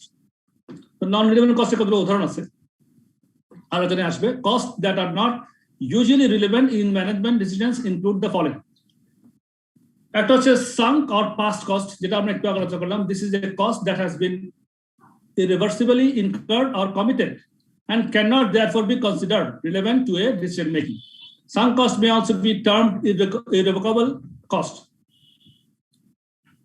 Example of sunk cost is expenditure that has been incurred in developing a new product. The money cannot be recovered even if a decision is taken to abandon further development of the new product. The cost is therefore not relevant to future decisions concerning the product. Corporation absorbed fixed overheads that will not increase or decrease as the result of the decision being taken. যেটা একটু আগেও আমরা বলছিলাম, the amount of overhead to be absorbed by a particular cost unit might alter because of the decision. However, this is the result of the company's cost accounting procedures or for overheads. If the actual amount of overhead incurred by the company will not alter, then the overhead is not a relevant cost. আচ্ছা, গেল, এটাও গেল। তারপর আসেন expenditure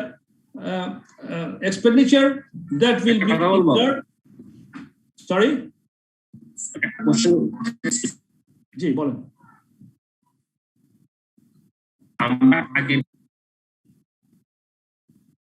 শুনতে পাচ্ছি না। Anyways, আপনাকে শোনা যাচ্ছে না, আমি কন্টিনিউ করি, পরে আবার আপনি চাইলে জয়েন করে দিন আমার সঙ্গে। সি হচ্ছে expenditure that will be incurred in the future. Expenditure that will be incurred in the future, but as a result of decisions taken in the past that cannot now be changed. These are known as committed costs. আমার ফিউচারে আমি করব, দেখেন এটা কিন্তু একটা important জিনিস, future cost, কিন্তু আমি পাস্টেই কমিটেড ছিলাম যে এটা আমার ফিউচারে আমাকে এক্সপেন্স করতে হবে, যদিও ফিউচার কস্ট, তারপরে আমি আগে থেকে কমিটেড যে আমার ফিউচারে কস্ট করতে হবে, ওই ধরনের কস্ট কথা বলছে, expenditure that will be incurred in the future, but as a result of decision taken in the past that cannot now be changed. These are known as committed costs.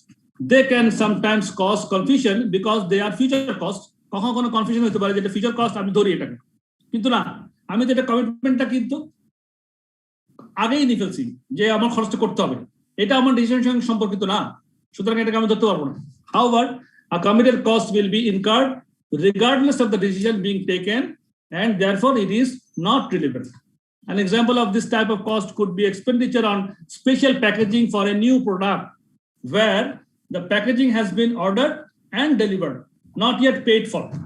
Packaging jone apne fat ta chalo. Thank you. However, a committed cost, an example of this type cost could be expenditure on a special packaging for new product where the packaging has been ordered and delivered but not yet paid for. আগে আপনি order করছেন packaging এর জন্য, চলে আসছে, কিছু করার নাই এখানে, the company এখনো পেমেন্ট করে না, পেমেন্ট করতে ভবিষ্যতে, the company is obliged to pay for the packaging even if they decide not to proceed with the product. Therefore, it is not a relevant cost. এরকম আরেকটা আছে যে historical cost depreciation. Historical cost depreciation. Depreciation is an accounting adjustment, but does not result in any future cash flows. যেটা একটু আগে আলোচনা করছিলাম, they are merely the book entries that are designed to spread the original cost of an asset over its useful life. Depreciation ধরা যাবে না, depreciation কোনো cash flow হয় না, কোনো ফিউচার ক্যাশ ফ্লো হয় না, কিন্তু এটা আমাদের বুক এন্ট্রিজ, সুতরাং এটা ডেপ্রিসিয়েশনটা আমরা ধরতে পারবো না, নন রিলেভেন্ট বা irrelevant. Notional costs such as notional rent and notional interest, these are only relevant if they represent an identified lost opportunity to use the premises or the finance for some alternative purpose. In these circumstances, the notional cost could be opportunity cost. This explanation will become clearer when you learn more about opportunity cost later in this chapter. In this chapter পরের দিকে relevant opportunity cost কি আরো কিছু আলোচনা হবে, তখন notional cost সম্বন্ধে আরো কিছু ভালো পাবেন। It is essential to look to the future when deciding which costs are relevant to a decision. Costs that have already been incurred or that will not be altered in the future as a result of the decision being taken are not relevant costs. Ever আসেন opportunity cost. Opportunity cost is a special type of relevant cost. An opportunity cost can be defined as the value of the benefit sacrificed when one course of action is chosen. Altered in future বলতে আপনি কি বুঝতে sir? বুঝি নাই, আবার বলেন। এই যে লাস্টে কনক্লুশন যেটা altered in future, মানে altered মানে চেঞ্জ, altered মানে চেঞ্জ করা, চেঞ্জ হবে না, ফিউচারে চেঞ্জ হবে না। cost that have already been incurred, যেটা অলরেডি খরচ হয়ে গেছে, or that will not be altered in the future, অথবা ভবিষ্যতে ওটা কোনো অল্টারেশন হবে না। অল্টার মানে বুঝুন না, মানে আমরা ওই যে অনেক সময় ড্রেস অল্টার করি, ফিটিং করি একটু, কনফার্ম, হ্যাঁ, ভবিষ্যতে ওটা চেঞ্জ হবে না, কমিটেড। এটা তাহলে কি বলছে, cost that have already been incurred, যেটা অলরেডি ইনকার্ড মানে খরচ হয়ে গেছে, or that will not be altered in the future as a result of the decision being taken are not relevant. Opportunity cost সম্বন্ধে আমরা আলোচনা করেছি, সেটা আমরা একটু দেখি। অপরচুনিটি কস্ট থেকে আমাদের sacrifice, and opportunity cost can be defined as the value of benefit sacrificed when one course of action is chosen in preference to an alternative.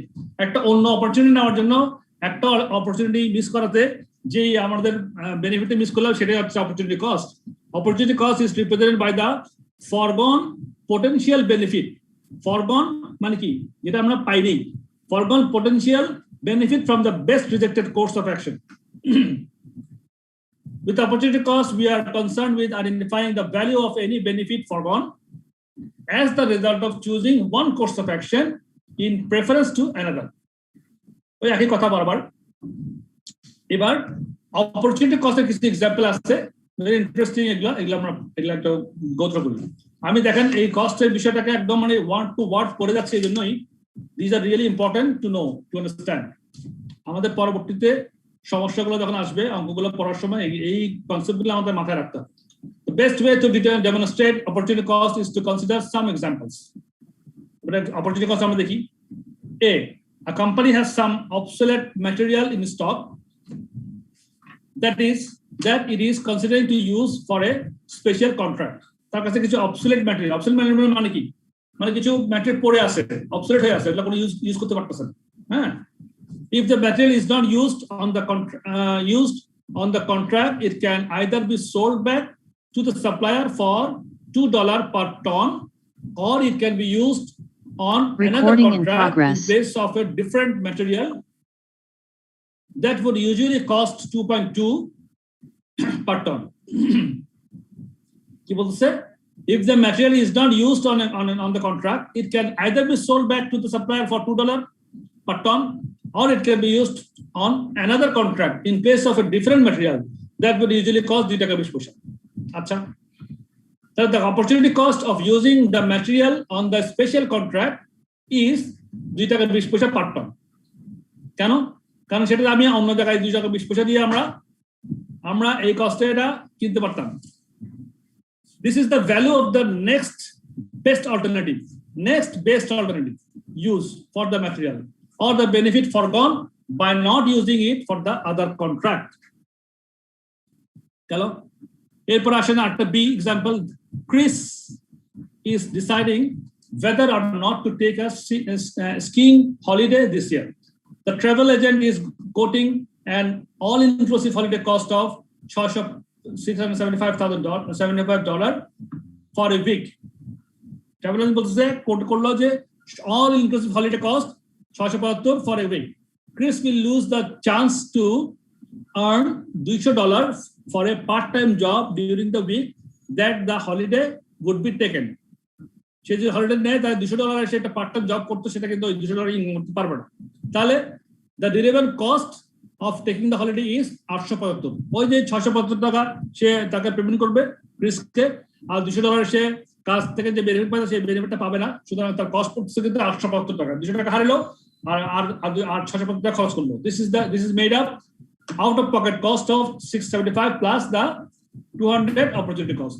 That is the part-time wages foregone. তো গেল, এবার আসলে notional cost and opportunity cost. Notional cost and opportunity cost are often similar. অনেক সময় প্রায় সময় একই রকম মনে হয়। This is particularly noticeable in the case of notional rent. Notional rent could be the rental that the company is foregoing by occupying the premises itself. That is, it could be an opportunity cost. However, it is only a true opportunity cost if the company can actually identify a foregone opportunity to rent the premises. If nobody is willing to pay the rent, then it is not an opportunity cost. কেউ যদি আমার rent pay করতে কেউ না থাকে, তাহলে তো আমার জন্য কোনো অপরচুনিটি কস্ট নাই। যদি কেউ যদি পে করতে পারে, কেউ পে করতে চায়, তাহলে আমার জন্য ওই পেমেন্টের অ্যামাউন্টটা আমার জন্য অপরচুনিটি কস্ট হয়ে যাবে। It is an examination question. If an examination question or on relevant cost includes information about notional cost, read the question carefully and state your assumptions concerning the relevance of the notional cost. তাহলে বলছে রিলেভেন্সটা আপনি যখন কোশ্চেনটা পড়বেন carefully পড়বেন এবং আপনারা দেখবেন রিলেটিভ কিনা, আপনার এটা আসলে আপনাদের অপরচুনিটি কস্ট বা নোশনাল কস্ট হচ্ছে কি হচ্ছে না সেটা আপনি ডিসিশন নেবেন। দেন আসেন আরেকটা cost, avoidable and differential and incremental cost. There are two other types of relevant costs that you will need to know about: avoidable cost and differential incremental cost. Avoidable cost ki jinish? SEMA defines that the specific cost of an activity or sector of a business, specific cost of an activity or sector of a business which would be avoided if that activity or sector did not exist. Avoidable. For example, if a company is considering shutting down a department, then the avoidable costs are those that would be saved as a result of the shutdown. Such costs might include the labor cost of those employed in the department and the rental cost of the space occupied by the department.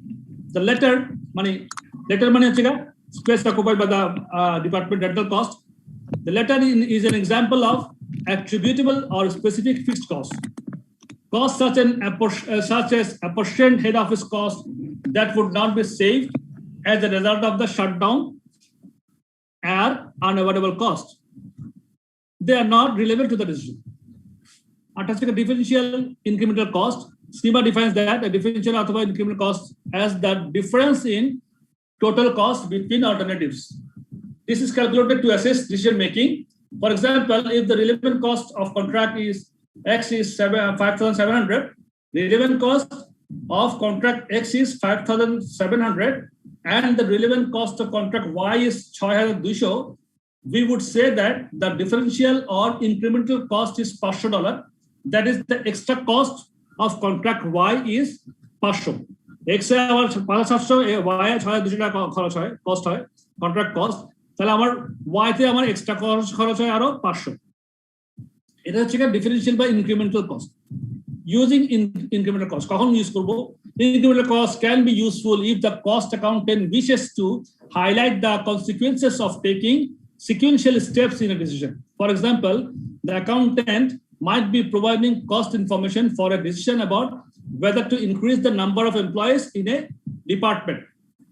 তখন instead of quoting several different total cost figures, it might be more useful to say the incremental cost per 5 employees will be 5,800 per month. সে একটা incremental cost একটা হিসাব করে বলে দিতে পারে। Remember that only relevant cost should be used in the calculation. সে ঘুরে ফিরে এই কথা যে remember that only relevant cost should be used in the calculations.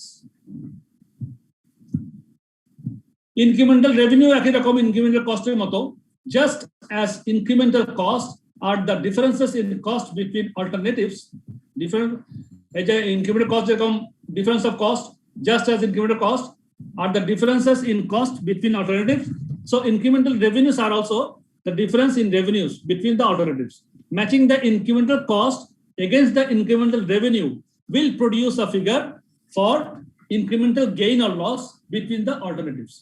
তাহলে আপনি যখন ইনক্রিমেন্টাল রেভিনিউ তো হিসাব করতে পারবেন আর ইনক্রিমেন্টাল গেইনটা যখন হিসাব করতে পারবেন তখন আপনাকে সিদ্ধান্ত আসতে হবে কত গেইন কত লস হচ্ছে, প্লাস মাইনাস করলেই পারবেন।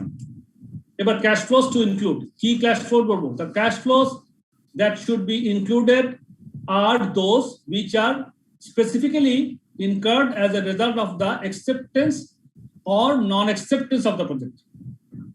কি বলতেছে? the cash flows আবার পড়ি, that should be included are those which are specifically incurred as a result of the acceptance or non-acceptance of the project. In some cases, this may be opportunity cost. When deciding with what figure should be included in discounted cash flow calculations, it sometimes helps to tabulate for a particular element of cost.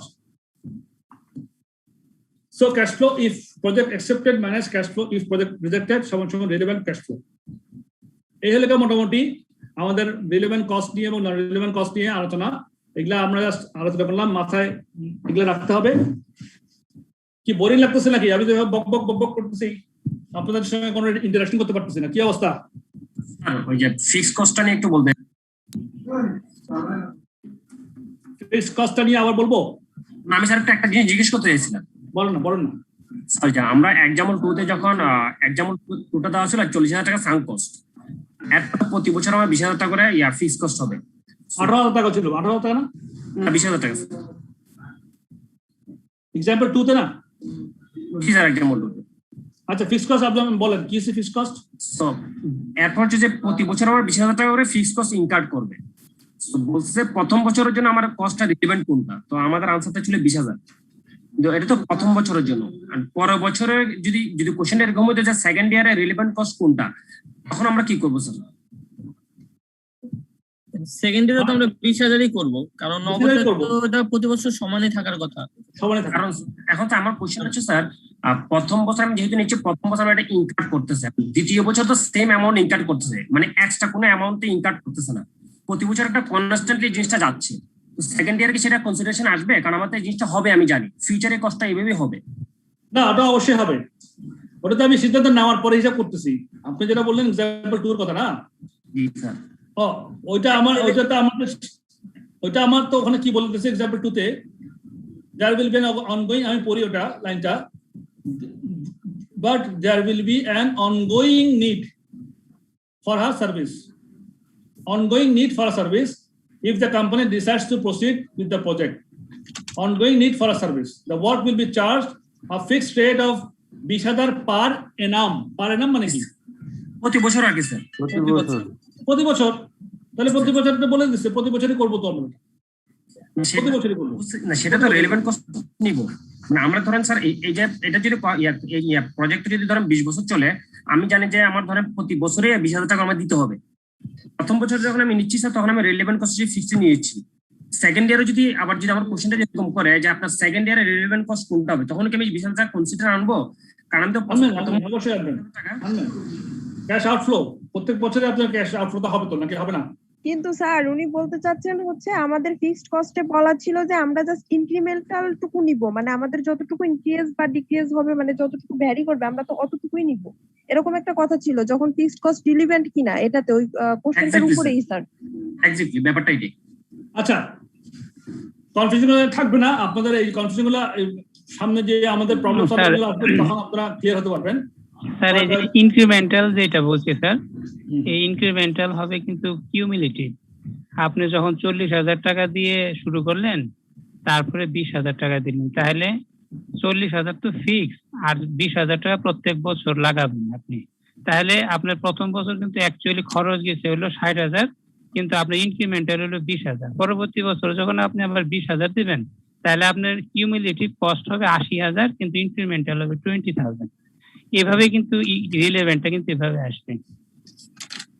ঠিক আছে, এই example গুলো মাথায় রাখেন, আমরা সামনে অনেকগুলো problem solve করব, আশা করি তখন আপনাদের এই কনফিউশন গুলো থাকবে না।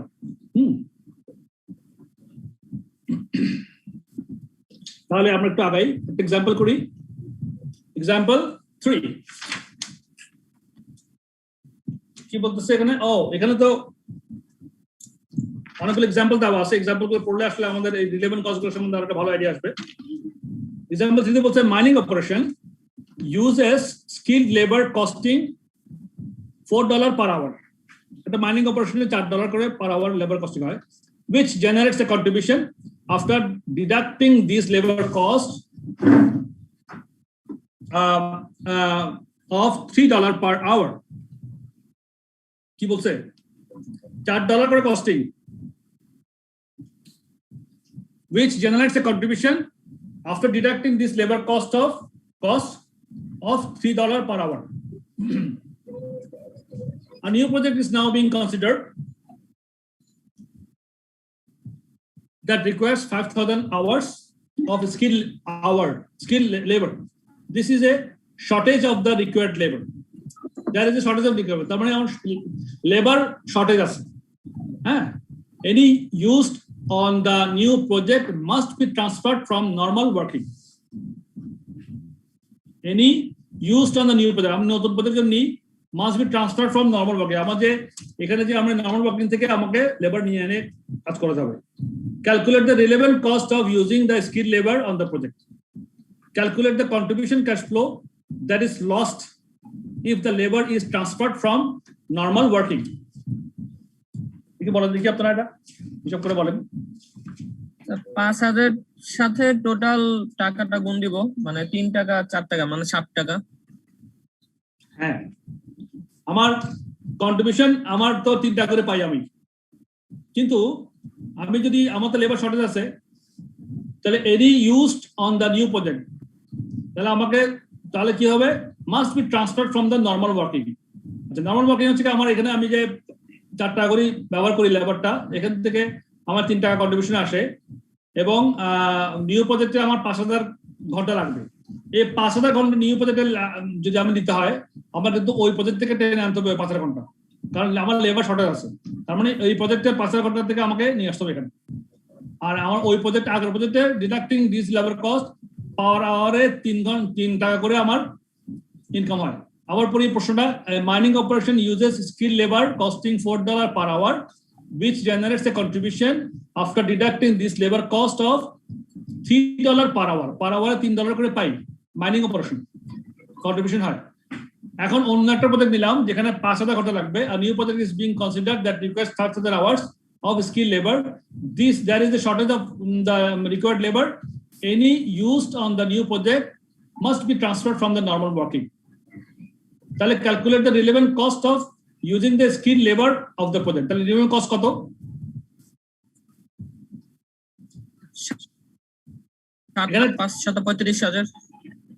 আগের কন্ট্রিবিউশন 3 টাকা, ওটাও আমার ম্যানেজ যাবে। আমার 3 টাকা করে 5000 3 টাকা করে আবার 3 টাকা করে আমার মানে কন্ট্রিবিউশন যেটা সেটা আমার কি করব অপরচুনিটি কস্ট, যেটা বেনিফিট আমি ইউজ করতেছি, আর আমার বর্তমান লেবার কস্ট আর 4 টাকা যোগ করব, তাহলে 60 টাকা করে পড়বে আমার। তাহলে 5000 ঘন্টার জন্য আমার কত টাকা পড়বে? 35000 টাকা। 5000 গুণ 7 35000 টাকা আমার এটা কস্ট পড়বে। সবাই বুঝছেন বিষয়টা? জি স্যার। বুঝেন না কেউ আছেন? কেন 60 টাকা ধরলাম? স্যার আরেকবার বলেন স্যার, 4 টাকা 3 টাকার ব্যাপারটা স্যার। হ্যাঁ, প্রশ্নটা আমি আবার পড়ি, কেন 60 টাকা ধরতেছি, এটাই হচ্ছে বোঝার বিষয়। তো বোঝার বিষয় যে আগে একটু বলি যে এখানে আমাদের অপরচুনিটি কস্ট আছে, সেটা আমরা কিভাবে হিসাব করতেছি।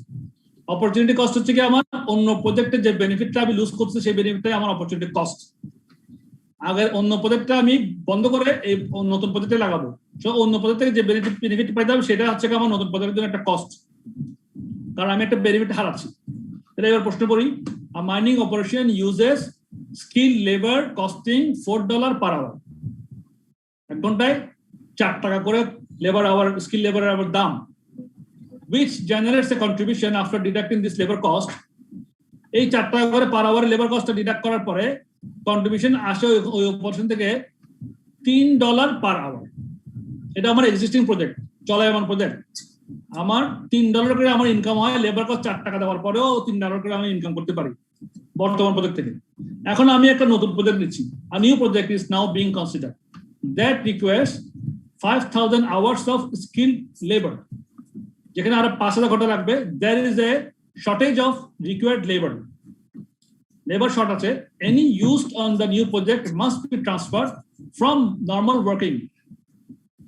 তার মানে কি নতুন প্রজেক্ট নিলে এই যে 5000 ঘন্টা খরচ হবে, এটা আমার ওই আগে যে আমার চলমান প্রজেক্ট আছে 3 টাকা করে পাইতাম কন্ট্রিবিউশন, ওই প্রজেক্টটা থেকে আমার 5000 ঘন্টা নিয়ে এনে এই প্রজেক্টের মধ্যে দিতে হবে। তাহলে any used of new project must be transferred from normal working.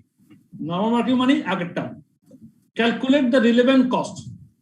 Calculate the relevant cost of using the skilled labor of the project. বুঝছেন? রিলেভেন্ট কস্ট আমার আগেরটা থেকে আমি 3 টাকা করে হারাবো, যদি 5000 ঘন্টা আনি আগেরটা 3 টাকা বেনিফিট হারাবো, ওই 3 টাকা যোগ তাকে আমার লেবারকে আবার 4 টাকা করে ঘন্টা দিতে হবে। হ্যাঁ, তাহলে 60 টাকা। স্যার এখানে কি ইনকাম কস্ট দুইটাই আসতে হবে? দুটোই নিয়ে আসবে? ইনকাম মানে আমি যে ইনকামটা ফরগন করতেছি, যে ইনকামটা আমি হারাচ্ছি, জি, যে অপরচুনিটি আমি লস করতেছি, সেটা আমার অপরচুনিটি কস্ট। যেহেতু অপরচুনিটি লস্ট হচ্ছে, it is a cost for me. ঠিক আছে? জি স্যার। এই অপরচুনিটি কস্ট হিসাব করে মাথায় রাখতে হবে। সিদ্ধান্ত গ্রহণ করার সময় আমি অপরচুনিটি কস্ট আমার আছে কিনা সেটা কিন্তু আমাদের খুঁজতে হবে। প্রশ্নের মধ্যে আপনি এটা পাবেন। তো যখন প্রশ্ন পড়বেন তখন অপরচুনিটি কস্ট আছে কিনা, রিলেভেন্ট কস্ট কি, ইররিলেভেন্ট কস্ট কি, ক্যাশ ফ্লো কি কি ধরবেন, কি কি ধরবেন না, এগুলো কিন্তু মাথায় রাখতে হবে। এই এক্সাম্পল গুলোর মাধ্যমে এগুলো মাথায় আসবে। সো এই রিলেভেন্ট কস্ট নিয়ে করার কোনো কোশ্চেন আছে?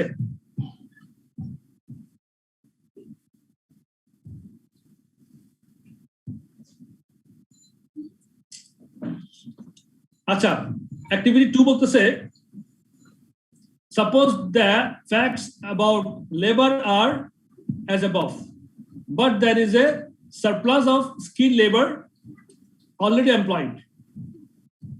মনে করেন একই রকম সিচুয়েশন। হ্যাঁ, activity 2, suppose the facts about labor are as above, একই রকম fact, but there is a surplus of skilled labor. skilled labor তখন কি, অনেক skilled labor আছে আপনার সাথে, already employed and paid by the business, but there is a surplus of skilled labor already employed by the business, which is sufficient to cope the new project. The presently idle men are being paid full wages. বর্তমানে যে সমস্ত আমাদের idol man মানে যারা অলস বসে আছে লেবাররা তাদেরকে ফুল পেমেন্ট করতেছি আমরা। তাহলে এই ক্ষেত্রে calculate the contribution cash flow that is lost if the labor is transferred from to the project from doing nothing. এখানে কি আমার কোনো রিলেভেন্ট কস্ট আছে কিনা? না স্যার নাই। এখন তো স্যার আমার কোনো হারাইতে হয়নি। রাইট, আমার এখানে কিছু লস করার কিছু নেই, আমার কোনো অপরচুনিটি লস হচ্ছে না এখানে, হচ্ছে না। তাহলে দেখেন একই রকম সিচুয়েশন, শুধু এখানে লাভ হচ্ছে, জি আমার বরং উল্টো লাভ হচ্ছে। রাইট, উল্টো বরং লাভ হচ্ছে যে আমার লেবারকে আইডল লেবারকে আমি আর কাজে লাগাবো, হ্যাঁ কাজে লাগতেছে। সো দেখেন একই রকম সিচুয়েশন, দেখেন ওর কাছে এখানে শুধু একটা লাইনের ডিফারেন্সে কিন্তু আমার রিলেভেন্ট কস্ট আমার বের করতেছে। প্রথম এক্সাম্পলে বলতেছে যে আমার শর্টেজ অফ লেবার এবং আমাকে any use of new on the new project must be transferred from the normal working. তাহলে নর্মাল ওয়ার্কিং এ আমার যে লেবার আছে ওখান থেকে আমার লস করে ওখান থেকে আমার লেবার এড়ে আমার নতুন প্রজেক্ট দিতে হচ্ছে। তাহলে ওখান থেকে লেবার আনা মানে ওই প্রজেক্ট আমার বন্ধ হয়ে যাবে, ওখান থেকে যে কন্ট্রিবিউশন পাইতাম সেটা তো আমি পাচ্ছি না, সেই ক্ষেত্রে আমার অপরচুনিটি লস হচ্ছে। আর এই অ্যাক্টিভিটি 2 এর ক্ষেত্রে আমার কোনো অপরচুনিটি লস হচ্ছে না, কারণ আমার লেবারগুলো এক্সট্রা বসে আছে, বরং আমি আরো ইউজ করে আমার ওখানে আরো ইনকামটা বাড়াইলাম। সো এই ক্ষেত্রে আমার কোনো অপরচুনিটি লস কি আছে কি নাই? নাই স্যার। সো এখানে রিলেভেন্ট কস্টটা কি হলো? 0। তারপর আসেন মোর অন অপরচুনিটি কস্ট।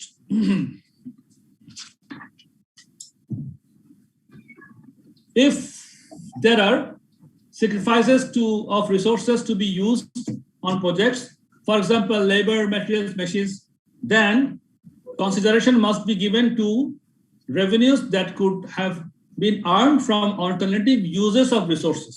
কি বলতেছে? যদি if there are sacrifices of resources মানে হচ্ছে লেবার, ম্যাটেরিয়াল, মেশিনস, রিসোর্সেস এগুলো। If there are sacrifices of resources to be used on projects, যেমন স্যার এটা sacrifice না মনে হয় scarcity sir. Scarcity, sorry, sacrifice the scarcity. Thank you for correction. Scarcities মানে আমার অনেক থাকে, scarcity মানে হচ্ছে অনেক বেশি আছে। If there are scarcities of resources, বেশি আছে স্যার, স্বল্পতা না, মানে ল্যাক অফ রিসোর্স, মানে স্বল্পতা, অভাব আছে স্যার, অভাব আছে। আচ্ছা, for example, the skilled labor that is needed on the new project might have to be withdrawn from normal production, causing a loss in contribution. Scarcity মানে কি? স্বল্পতা, ঠিকই বলছেন। স্বল্পতা of resources to be used on project, দুষ্প্রাপ্যতা, scarcity, হ্যাঁ scarcity হয়ে গেছে।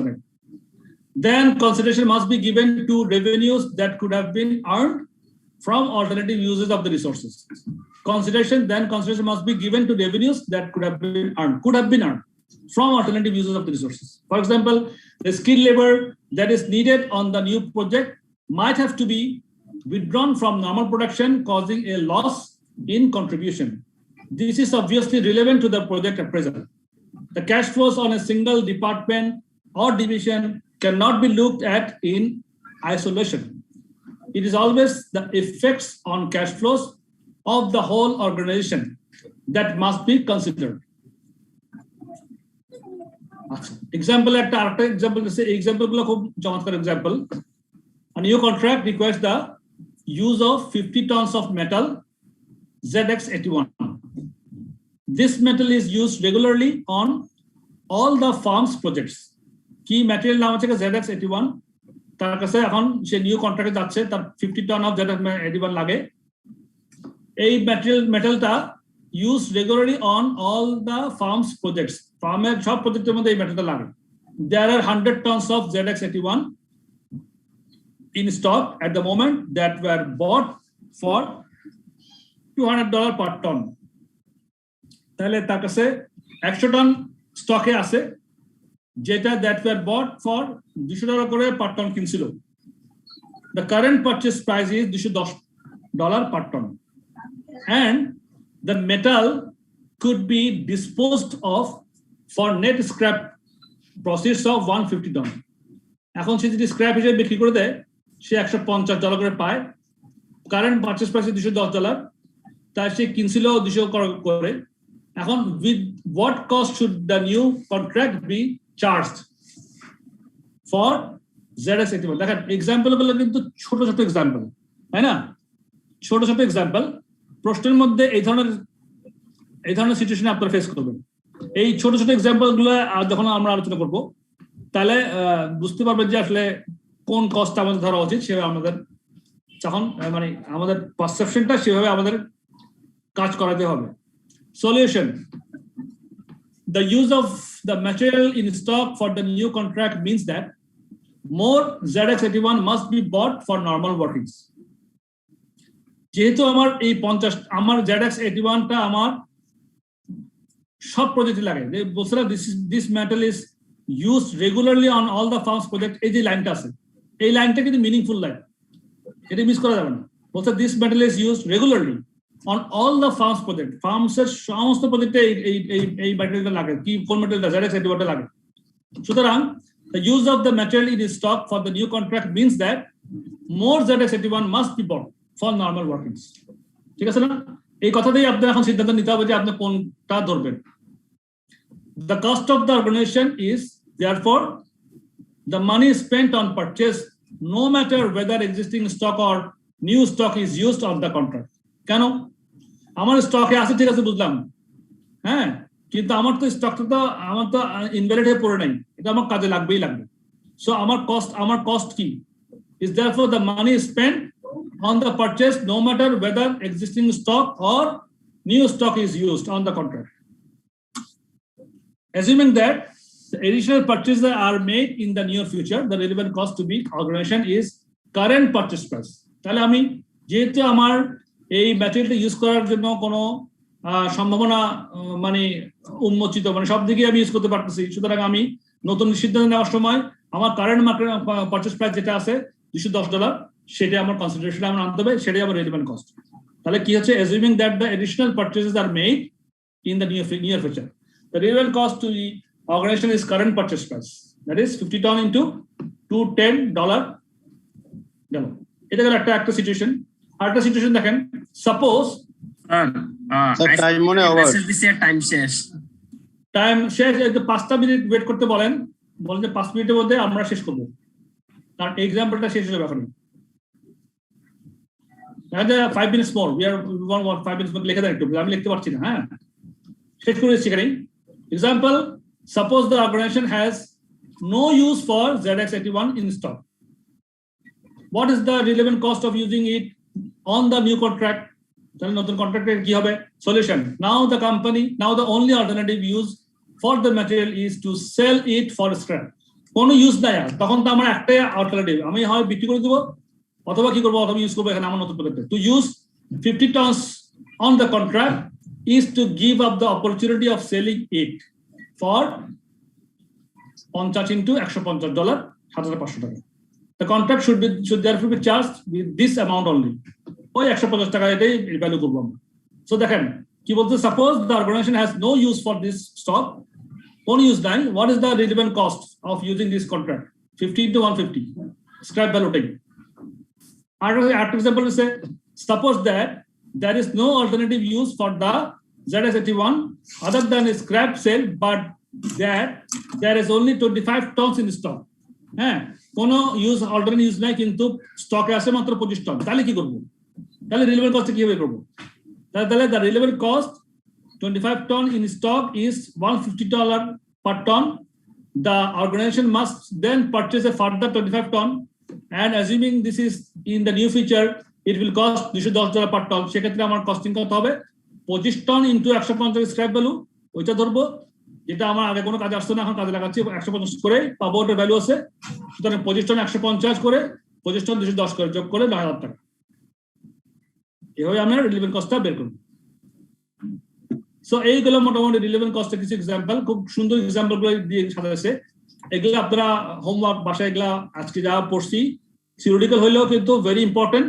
Next আমাদের অঙ্কগুলোর মধ্যে এগুলা খুবই কাজে আসবে আপনাদের, এটা রিভিউ করবেন আমাদের ইনশাআল্লাহ। এইটাই হলো মোটামুটি, তারপর আমরা এক্সাম্পলে যাব।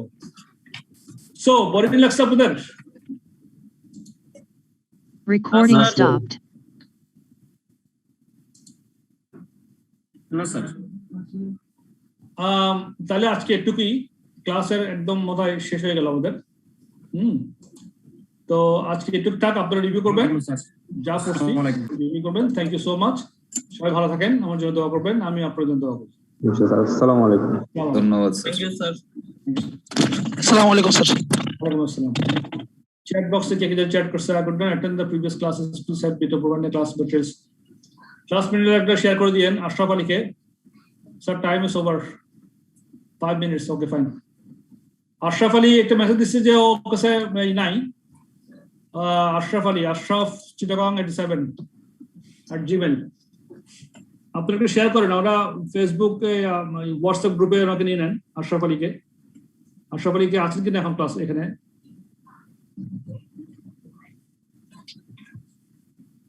ঠিক আছে, থ্যাংক ইউ, আসসালামু আলাইকুম, আল্লাহ হাফেজ।